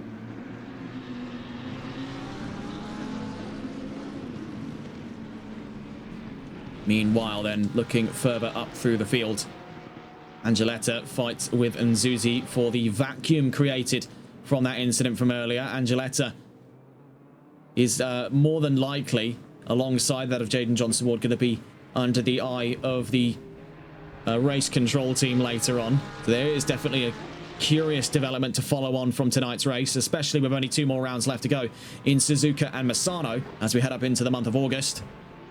That could place a bit of a hamper on him here, because of course, taking a look back in towards the Gold Division Championship standings at this time, Angeletta is trying to make headwind up through the order ahead of Chris Davies. Now he'll struggle to do so here. Ian Oates is most likely to lose out that lead. 20 points he held over Davies on the run in towards tonight's round. With Davies leading, Oates is out of the podium. There is absolutely the chances we are looking at the brewings of an exchange of the lead here, going over to Chris Davies. Antonio Angeletta was only a single point away, and moreover, with Grady Nzuzi, this is going to be a much-needed points haul to get him out of that stalemate top 5 with Jaden Johnson-Ward. Albeit, this is not the way I imagined he was expecting to get it. Meanwhile here, Davies now falls in behind that of Carlos Dish. Out through Village in the loop. Now Alan Alexander sets his sights down the Wellington straight. We'll see from the McLaren's point of view here, what is the strategy coming forward. He leaves the inside open. I think he knows that Alexander is going to leap for it anyway, as now he drops to the back of the outright podium, but still leads in gold. But one thing worth noting, any slip-ups now, and he's lost this protective barrier between himself and these three, as we now see out from Aintree an exchange for second between Nzuzi and Alexander, now moving up into that, not Alexander, sorry, Angeletta, now moving up into that second place gold position. Ian Oates, very much now a component of this fight, spectator no longer. Having come up from 7th to 6th, we do get the information now that Jaden Johnson-Ward is sadly out of this round of the championship, down to only 19 cars left here in Silverstone. An unfortunate development then, and to remind you of what that incident looked like, taking a look back on to the replay from a lap or 2 ago, it was contact here along the hangar straight. You can see the Lamborghini was just massively out of control. Once he got onto the marbling, it's all slick water there, and there was just not a great degree of much he could do once he had already been hit from behind at that speed. Now, there's definitely going to be that ongoing investigation. It's worth noting he was braking very early by looks of it there, then pulsed off the brakes and was moving under braking. But of course, the camera angles were not the most revealing, so that's up to the race control team to decide exactly what had gone on there. But was a very, very sketchy run of things down through that area. And we see now that Angeletta holds the cards over these 2 Ferraris here for the 2nd place spot in gold. So Nzuzi trying to defend at least a podium finish today from Ian Oates, the current gold division lead. Coming up to the last 30 minutes of racing here in a still rainy Silverstone. Now, I am told within the next 10 minutes the rain is going away, and within the next 30 it will stay that way. So it takes a lot more to bring the track back to dry conditions than it does for it to go from dry to wet. As we saw there, that was a change that came in within about 5 minutes. It takes a lot longer for the drivers to build that confidence to go back onto dry tyres, and moreover for those dry tyres to become the optimal choice once again. So it really does raise a bit of a curious question as we see there leaping for the inside. It doesn't amount to anything there on that move by Ian Oates, attempting to run up to the podium in gold, foiled there by Grady and Susie having the better exit. It does raise the question, is heading up into the next 30 minutes of the race, where we know we're going to end in dry conditions, or drier conditions than where we are right now, is there going to be a voluntary second pit stop? Now, there was only one mandatory pit stop, which was used by all the drivers to go onto these wet compound tyres.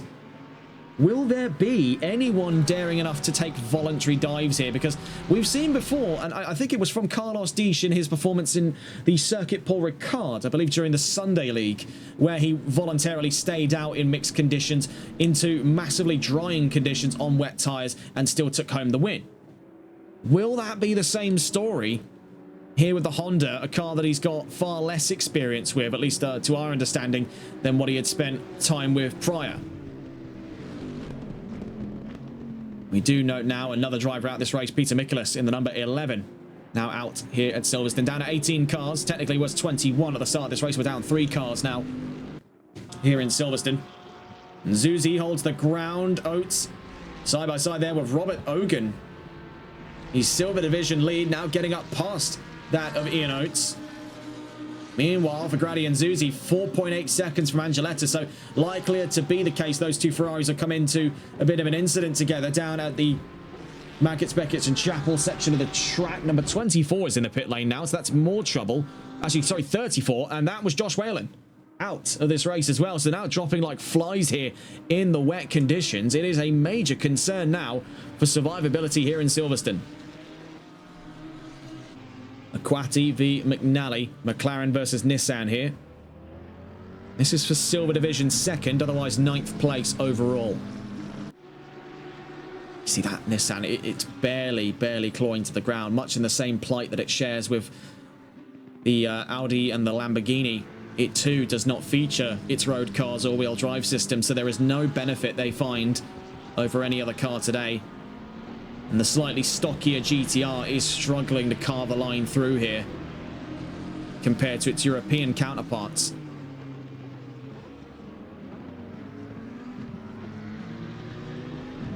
Perhaps that is why Nissan no longer uses this as any representative of its GT endeavors. The only time you'll be seeing the Nissan GTR in larger numbers on a GT3 grid will be in GT300 over on the Japanese Super GT series. Even Nissan themselves have distanced themselves from the GTR as their GT500 platform. That actually goes now to the Nissan 400Z, otherwise the new Fairlady model.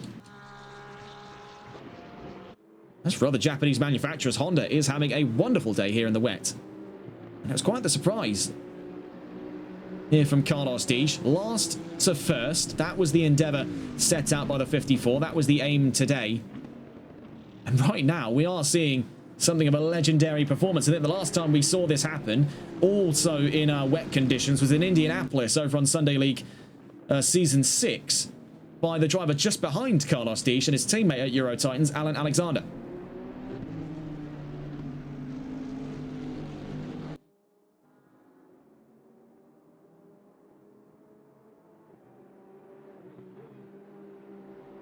So nearest fight on the track at the moment we see here, still a 3-way split, but now 2 divisions in contention for a top 5 overall. It's Grady and Zuzi, Ian Oates and Robert Ogan. Over down the line, 6 tenths between Tijavari and Corrigan. This one doesn't necessarily affect their standing in divisions either. It would not change being a division 6th here for Tijavari. It would neither change being division lead for Harrison Corrigan. They are fighting, I think, simply for the sake of fighting here. There's not a great deal they can do from this far down through the order, so they're making do with what they have. You see them, we'll go to catch on board with Ian Oates, because this is looking hot up now in the fight for the last of the podium spots here in the gold division side of today's race. On board here with Ian Oates, fighting for the podium in gold. With that of Grady and Zuzi, who has put on so far a valiant defensive position. We see hugging all the way onto the wet line there, left-hand side. On the run down the Wellington, straight in towards Brooklands. They're overall fighting for 5th place, otherwise locally fighting for 3rd.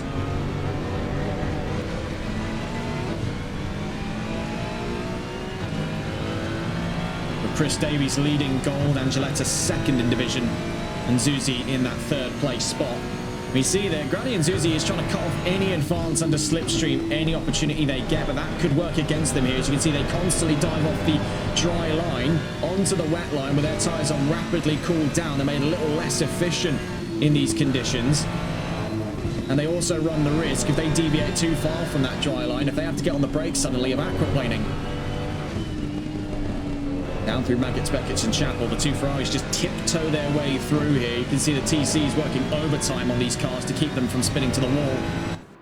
Down to the hangar straight we go, practically nose to tail here between the two Ferraris. The 144 still holds from the inside line. Number 6 going to the outside, so Ian Oates trying to go the long distance here on Grady and Zuzi, or even perhaps set this one up for a switchback. You can see parking the bus on Stowe Corner. The 144 of Grady and Zuzi is not letting up. It's been very, very solid defense so far. Meanwhile, there is still a fight for a Platinum Division lead. Carlos Deesh and Alan Alexander are a little further apart than these three are at the moment, as things are looking claustrophobically thin here between these two.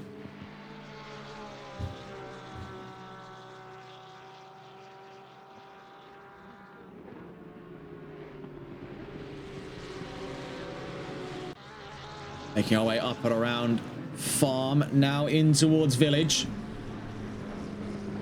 Holding the inside then is Nzuzi, but he's setting himself up to be switched back on here by the number 6. Now he can't leave himself too wide here for the run up through the loop, because that could invite in the number 96 from behind him on the run through to Aintree.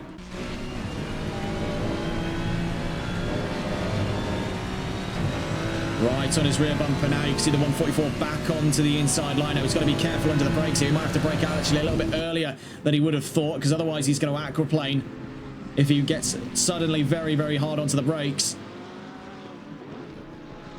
In the background there, Charlie Broadfield looks to sneak up and around Robert Oaken. Could bring himself back into the gold fight here. The number 18 just tucked in behind the number 96 at this time. Could fight alongside these two for the last of those podium positions in gold. That would be a serious turnaround here for Broadfield. Had trouble in the pits. The same could not be said of Jaden Johnson. Ward, of course, was taken out down at Stowe Corner following an incident between himself and Antonio Angeletta.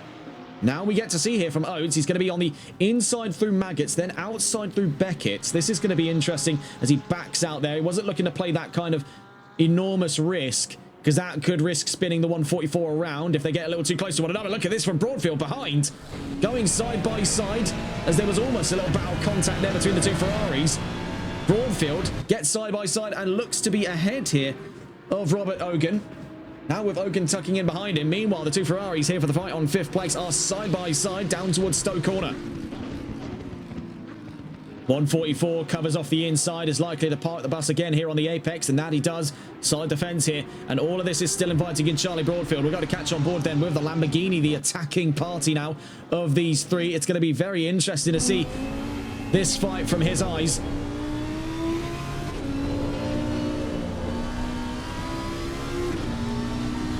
Clear line of sight then from Charlie Broadfield. Still very fresh to this grid. Having made his debut on another British track, Alton Park, last week, at round 5 of the championship.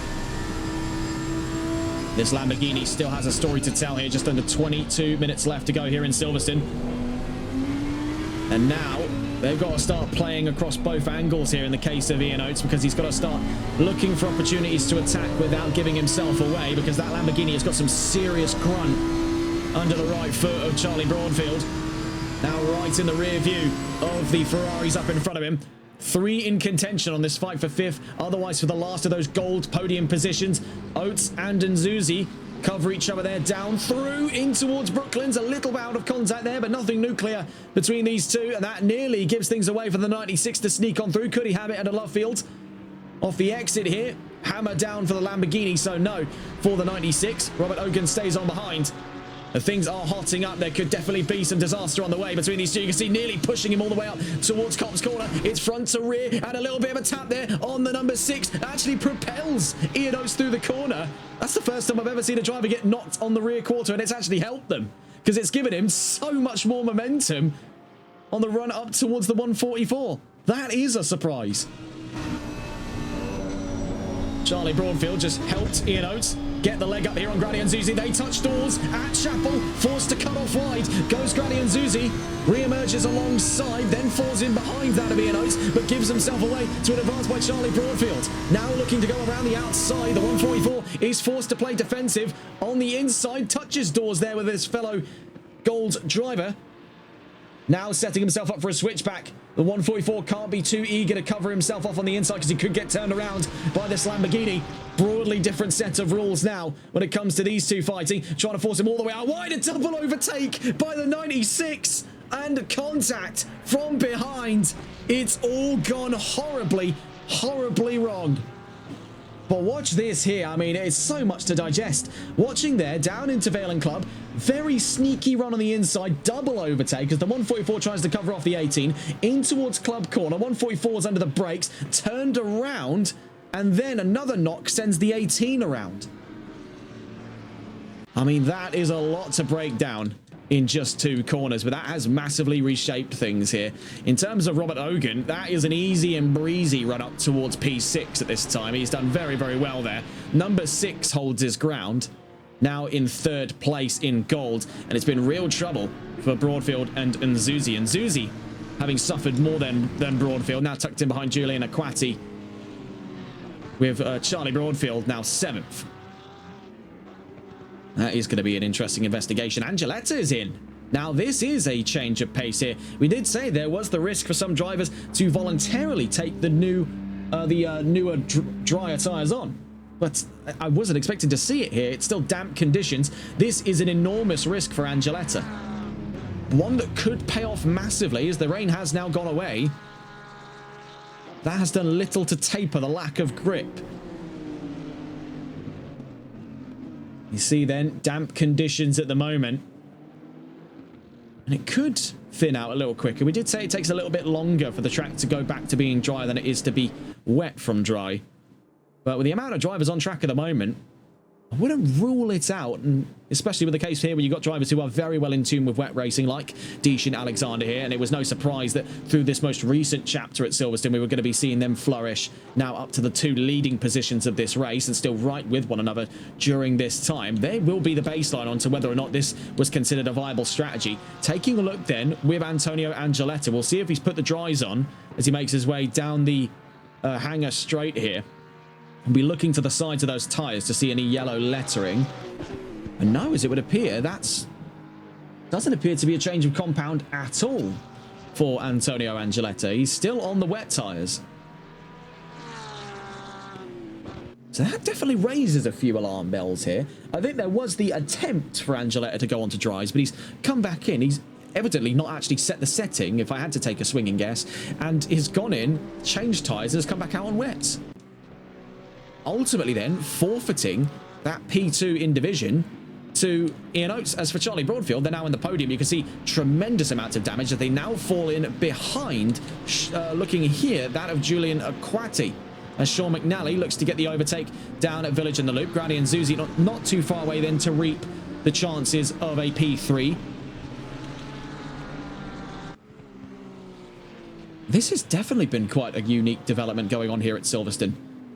Now, I'm not sure precisely what lent the damage now onto the nose of Broadfield. Last time we saw him, he didn't actually have any damage, even after his scrape there with Grady and Zuzi, of which we can take a look here on the replay as to how that all went down. This was down at Valen Club Corner. It was a brilliant double overtake from Robert Hogan to get up from 8th place there to 6th. But then off the exit into Club Corner, slammed from behind there by Broadfield, and then as he backs up into the runoff zone, snaps into the number 18's rear.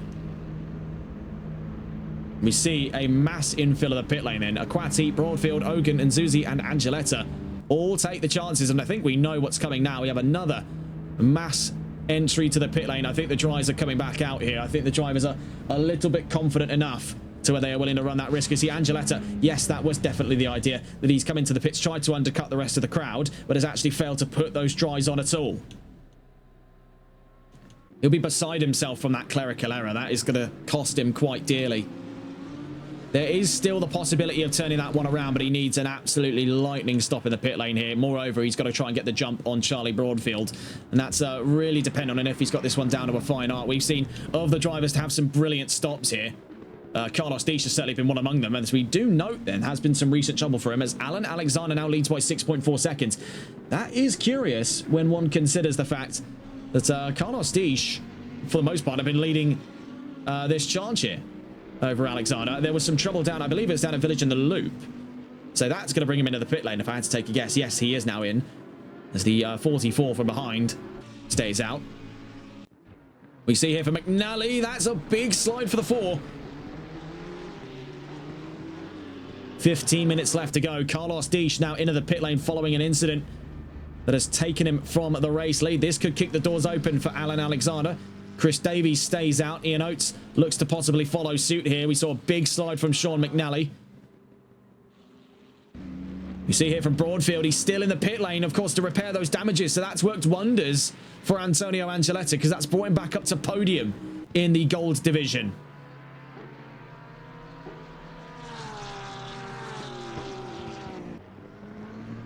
I'd like to point out as well for Leroy Donald, he's really come back through the odds today. Still on the wet tyres in the number 14. He's 6th overall in this race. Division P2 in the silvers. Dish, you'll see here, he's on the wet tyres, and there, the yellow lettering, indicating he's now on the dries. 14 minutes left to play for. What is the call here for Alan Alexander, now leading this race? Stop-go 30-second penalty for Callum Turner still to serve at this time. Number 4 now in. We see here from Sean McNally.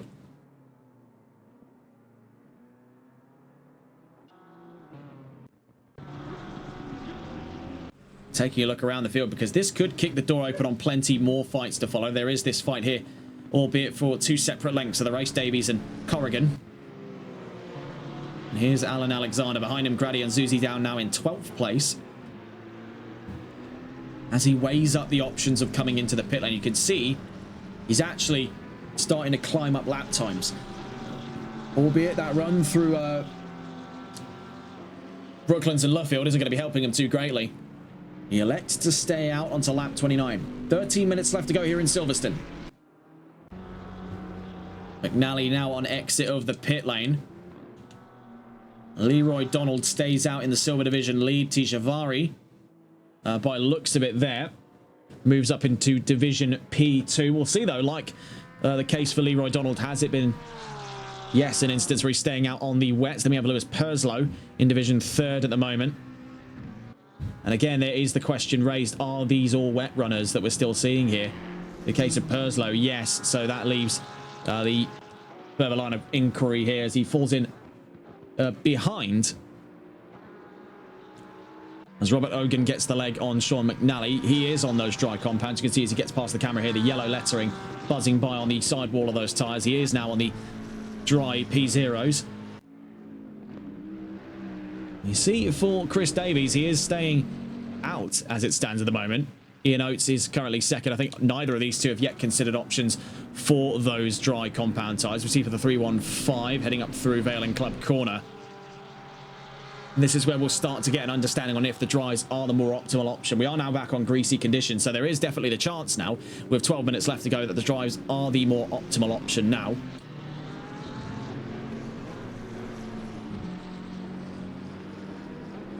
We see, though, like we saw for Sean McNally's run down through this section, big action there over the rear axle for the 315. So I think this is more than likely the telltale signs, like we saw for Sean McNally, that this is going to be the in-lap for Alan Alexander. This is going to set the stage then for the next 11.5 minutes. We see there, big trouble for Sean McNally.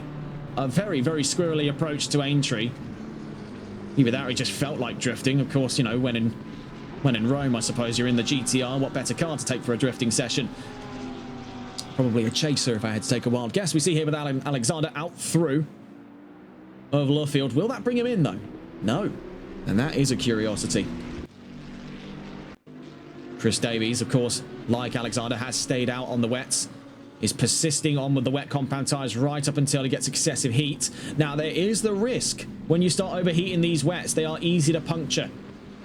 We've seen before in mixed condition races, it's easy to pull up a low pressure warning. We'll see, though, how many drivers are willing to run that risk. Davies is staying out onto lap 30, so the next in the looking glass here is going to be the number 6.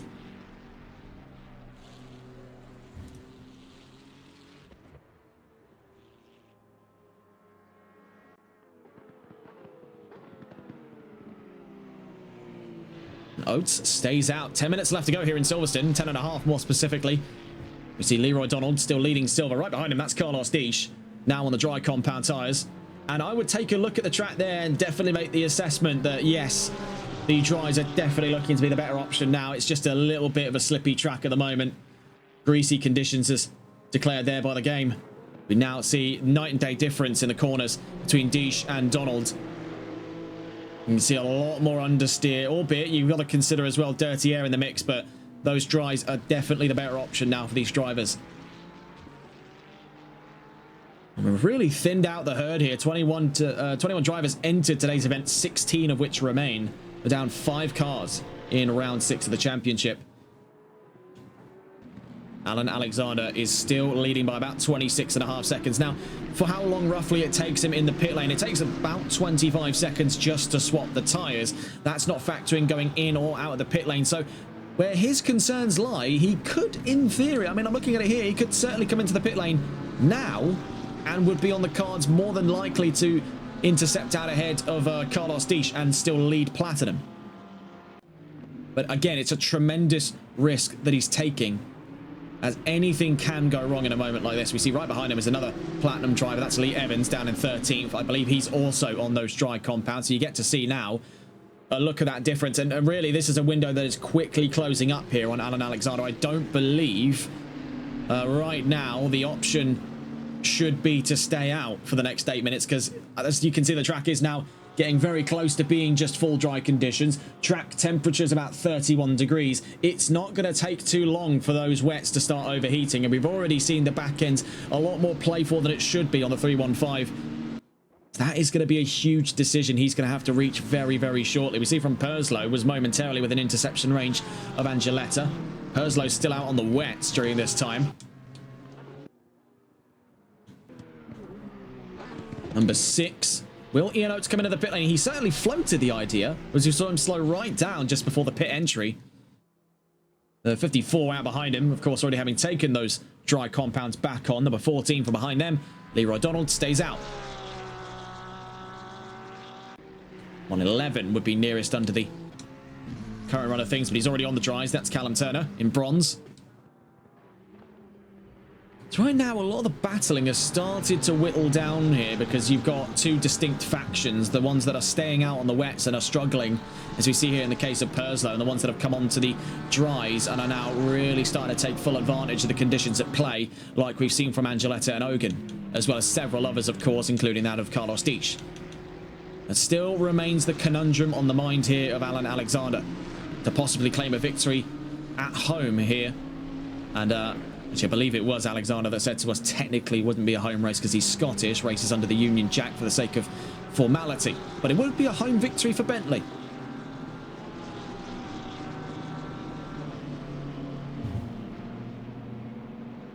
We see then in the 315.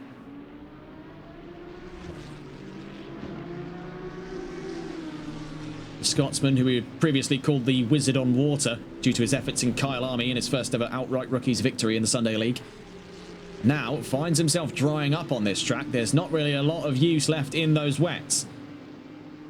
He knows, roughly speaking, as he crossed the line a moment ago, he's got about here the cards of about 3 to maybe 4 more laps worth of racing left to cover. Would it actually be worth coming into the pit lane now, considering the amount of distance he actually has to cover before the race is out?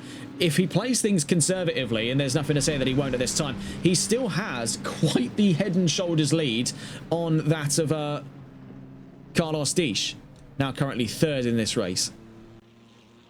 When you look at where the 315 is, he's heading up towards Stowe Corner right as we speak, just as exiting Luffield is that of Carlos Dietsch. They've got about half the track between the pair of them. In fact, right on the furthest ends of the track there, just as they cross over from Stowe in past the National Pit Straight. So literally on opposite ends. Is that a risk he's willing to take? Being the real question, and I imagine that's the same thought process for Chris Davies, because he does want to turn things into another victory this season. He's been hungry for one. 4 rounds now of win drought for the number 28 in gold. If he's got to take the risk, with 5.5 minutes left of actual racing to him, I would say it might actually be a bit of a flip of the chances here for us. We were originally saying, was it actually going to be worth the risk at all? It wouldn't be the likeliest of strategies to stay out, because it is very easy to throw a puncture on these tyres when they start overheating. We are now told track is in optimum condition, so they are massively out of their depth on the wet tyres now. This is a huge gamble, one they'll need to pray pays off. You can see he's gasping for air, basically. He's just diving onto the wet line, on the colder line of the track, to try and cool those tyres down to get the most lifespan out of them. But there's not a particularly great amount of water left to search for. It is thinned out very quickly here at Silverstone. It does take a tremendous amount of water to waterlog this track as well, I should point out. As we see here, Gadi and Zuzi fighting with Lewis Purslow for overall 10th.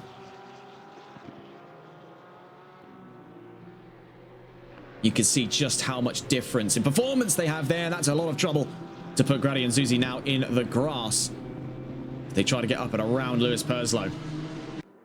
Far lesser degree of control at their fingertips, though, in the wet tyres. We see here Sean McNally gets the leg up on Nzuzi. He's being pursued by Lee Evans. Now, these two shared a spotlight over on VSR for some time, competing in the same category. They were championship rivals at one point. Actually, sorry, I think I was thinking of Ian Oates there, my mistake. But they still shared a spotlight before, because they've both driven for the same manufacturer. Both Nissan and then both Mercedes at one point. And now the last of the old guard at Nissan is this one here, Sean McNally.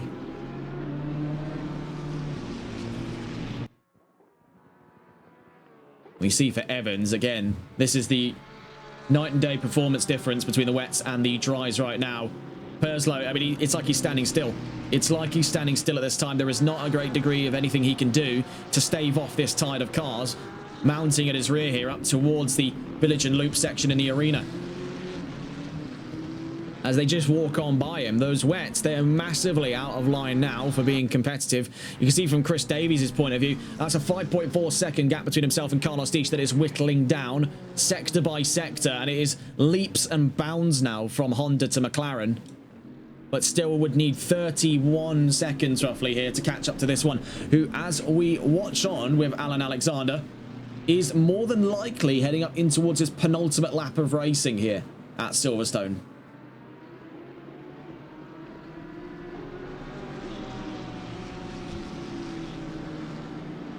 So as we head up through Luffield, the 315, he is playing a very extraordinary gamble, one that we actually saw Carlos Dietsch use to success at the Circuit Paul Ricard a few weeks to a few months ago now. And Alan Alexander is playing the mother of all gambles. We're on to the penultimate lap here in Silverstone. Alexander's going the full 9 yards here in the 315 to bring a win to Bentley here in the Platinum category. Meanwhile, as we see, Carlos Dietsch has already, in the time having this conversation, now got up and ahead of Chris Davies. Davies leads in gold, Donald in silver, and that is a real recovery story for Leroy Donald. He had a qualifying ban and a pit lane start, but the 14 leads silver with 2 minutes left to go. He's going to head on to the penultimate lap in a moment's time as well. Meanwhile, for bronze, it's going to be a unique story here and a baptism by fire for Harrison Corrigan. The 62, one of 2 bronzes in today's race, has seen the highs and lows of this grid in their first ever race on this series. Still see close battling Evans v Nzuzi v McNally. Now as it stands, 3 different divisions, platinum, gold and silver. In terms of where that places things though, and it is definitely worth keeping this in the back of one's mind today. In the platinum standings, of course, it's Fate Galaxy that leads from Declan Anderson. Alan Alexander will be looking to get up and ahead of Anderson. At the very least, will be up into second. Is, I don't believe, right now within arm's length of the lead. For Carlos Deesh, this is going to be more than likely here. Having a glance from where he stands, he's going to be shifting up to at least 6th, if not going to be going up into that top 5. In the absence of John O'Driscoll, in the absence of Kieran Rodd, with Lee Evans far behind him, and with no show from Anderson, neither Galaxy, there could be a huge shift coming up in those championship standings when we head to Suzuka next week on August 5th. And meanwhile, for those golds, this is going to be the nail in the coffin on Oates' lead of the gold championship here. Or actually, I suppose one of them, as we take a look at the actual scoring differences for these drivers. And right now, that's going to be 6 points to advantage on Chris Davies. So that's going to bring their gap down from what was 20 to 14 points difference heading into Suzuka. So Oates will, by looks of it, still hold the con on the championship lead, but it is thinning out quickly as we head up into that final lap. As for Silver, though, Leroy Donald, I mean, this has been a real turnaround here where we thought things could have shifted for him. He's come back up into the lead of division and is going to keep extending those margins on his championship lead in silver. We are about to see a big bump coming up then for Callum Turner, second in the bronze championship, and Harrison Corrigan new to bronze as well. On board here with Alan Alexander, 17.2 seconds in closing as we see here more action from out back. McNally looking for a double overtake, trying to do his best impression of Lewis Hamilton at the, I believe it was the 2022 British Grand Prix. But that fails to materialise for the Nissan as Nzuzi and Evans continue to clash for 9th. Going to catch on board here, some more action as we see from Leroy Donald versus Julian Akwati. Akwati now moves up into the silver division lead. This is a very unique development going on for the 69 as we head up into their last lap. Leroy Donald, it was looking very confident for him, but in the time since having checked in with him last, he's now lost the ground out to this McLaren. Going to catch on board. So we see here the 29 of Milan Piconi, a backmarker car at the moment after the circumstances that play in this race, just glides on past Alan Alexander. That should tell you enough as to the risk Alexander's taking by staying on these tyres. He is multiple seconds slower, and that gap between himself and Carlos Deesh, you can see, is about to drop from double figures. 10 seconds between the pair as they head through into the last sector. He's going to hold this one by the skin of his teeth. You can see just how quickly that's whittling away. 9 seconds, 8 seconds. That could be 7 seconds before we get to the end of this straight. Off in the background, lingering there, about to head into the shot. You can see the blurred lights just up in the background as the Honda chasing this one down here. But Alan Alexander has held out on the mother of all gambles as he makes his way up and around Lovefield Corner. This is going to be such a tense state of affairs. 6 seconds in closing. You can see in the background the Honda chasing him down, but he can't find any more time in it. Down through past Woodcote Corner. Checkered flag is out. Alan Alexander wins in Silverstone. The mother of all gambles under tyres there. Bentley win at home. A win for the Scotsman. The Wizard on water. A brilliant drive by Alan Alexander, your Platinum Division winner for today's race, joined by Carlos Deesh there as Chris Davies is about to roll in to the chances of another Gold Division win, the first in 4 rounds for the number 28 and 2-time VSR champion. Meanwhile, for Julian Akwati, a Silver Division win looms on the horizon. Down to the line then, rounding out the outright podium here, Chris Davies wins in gold. Like Alexander, took a risk and ran with it, and it's worked wonderfully here for Davies. First win in 4 rounds. Julian Akwati with that second to last lap overtake. He got it on the penultimate lap here. Down to the line. Julian Akwati wins in silver. Brilliant, brilliant stuff. And we got the word from Alan Alexander. If he did another lap there, that would have been a puncture. His tyres were in critical condition.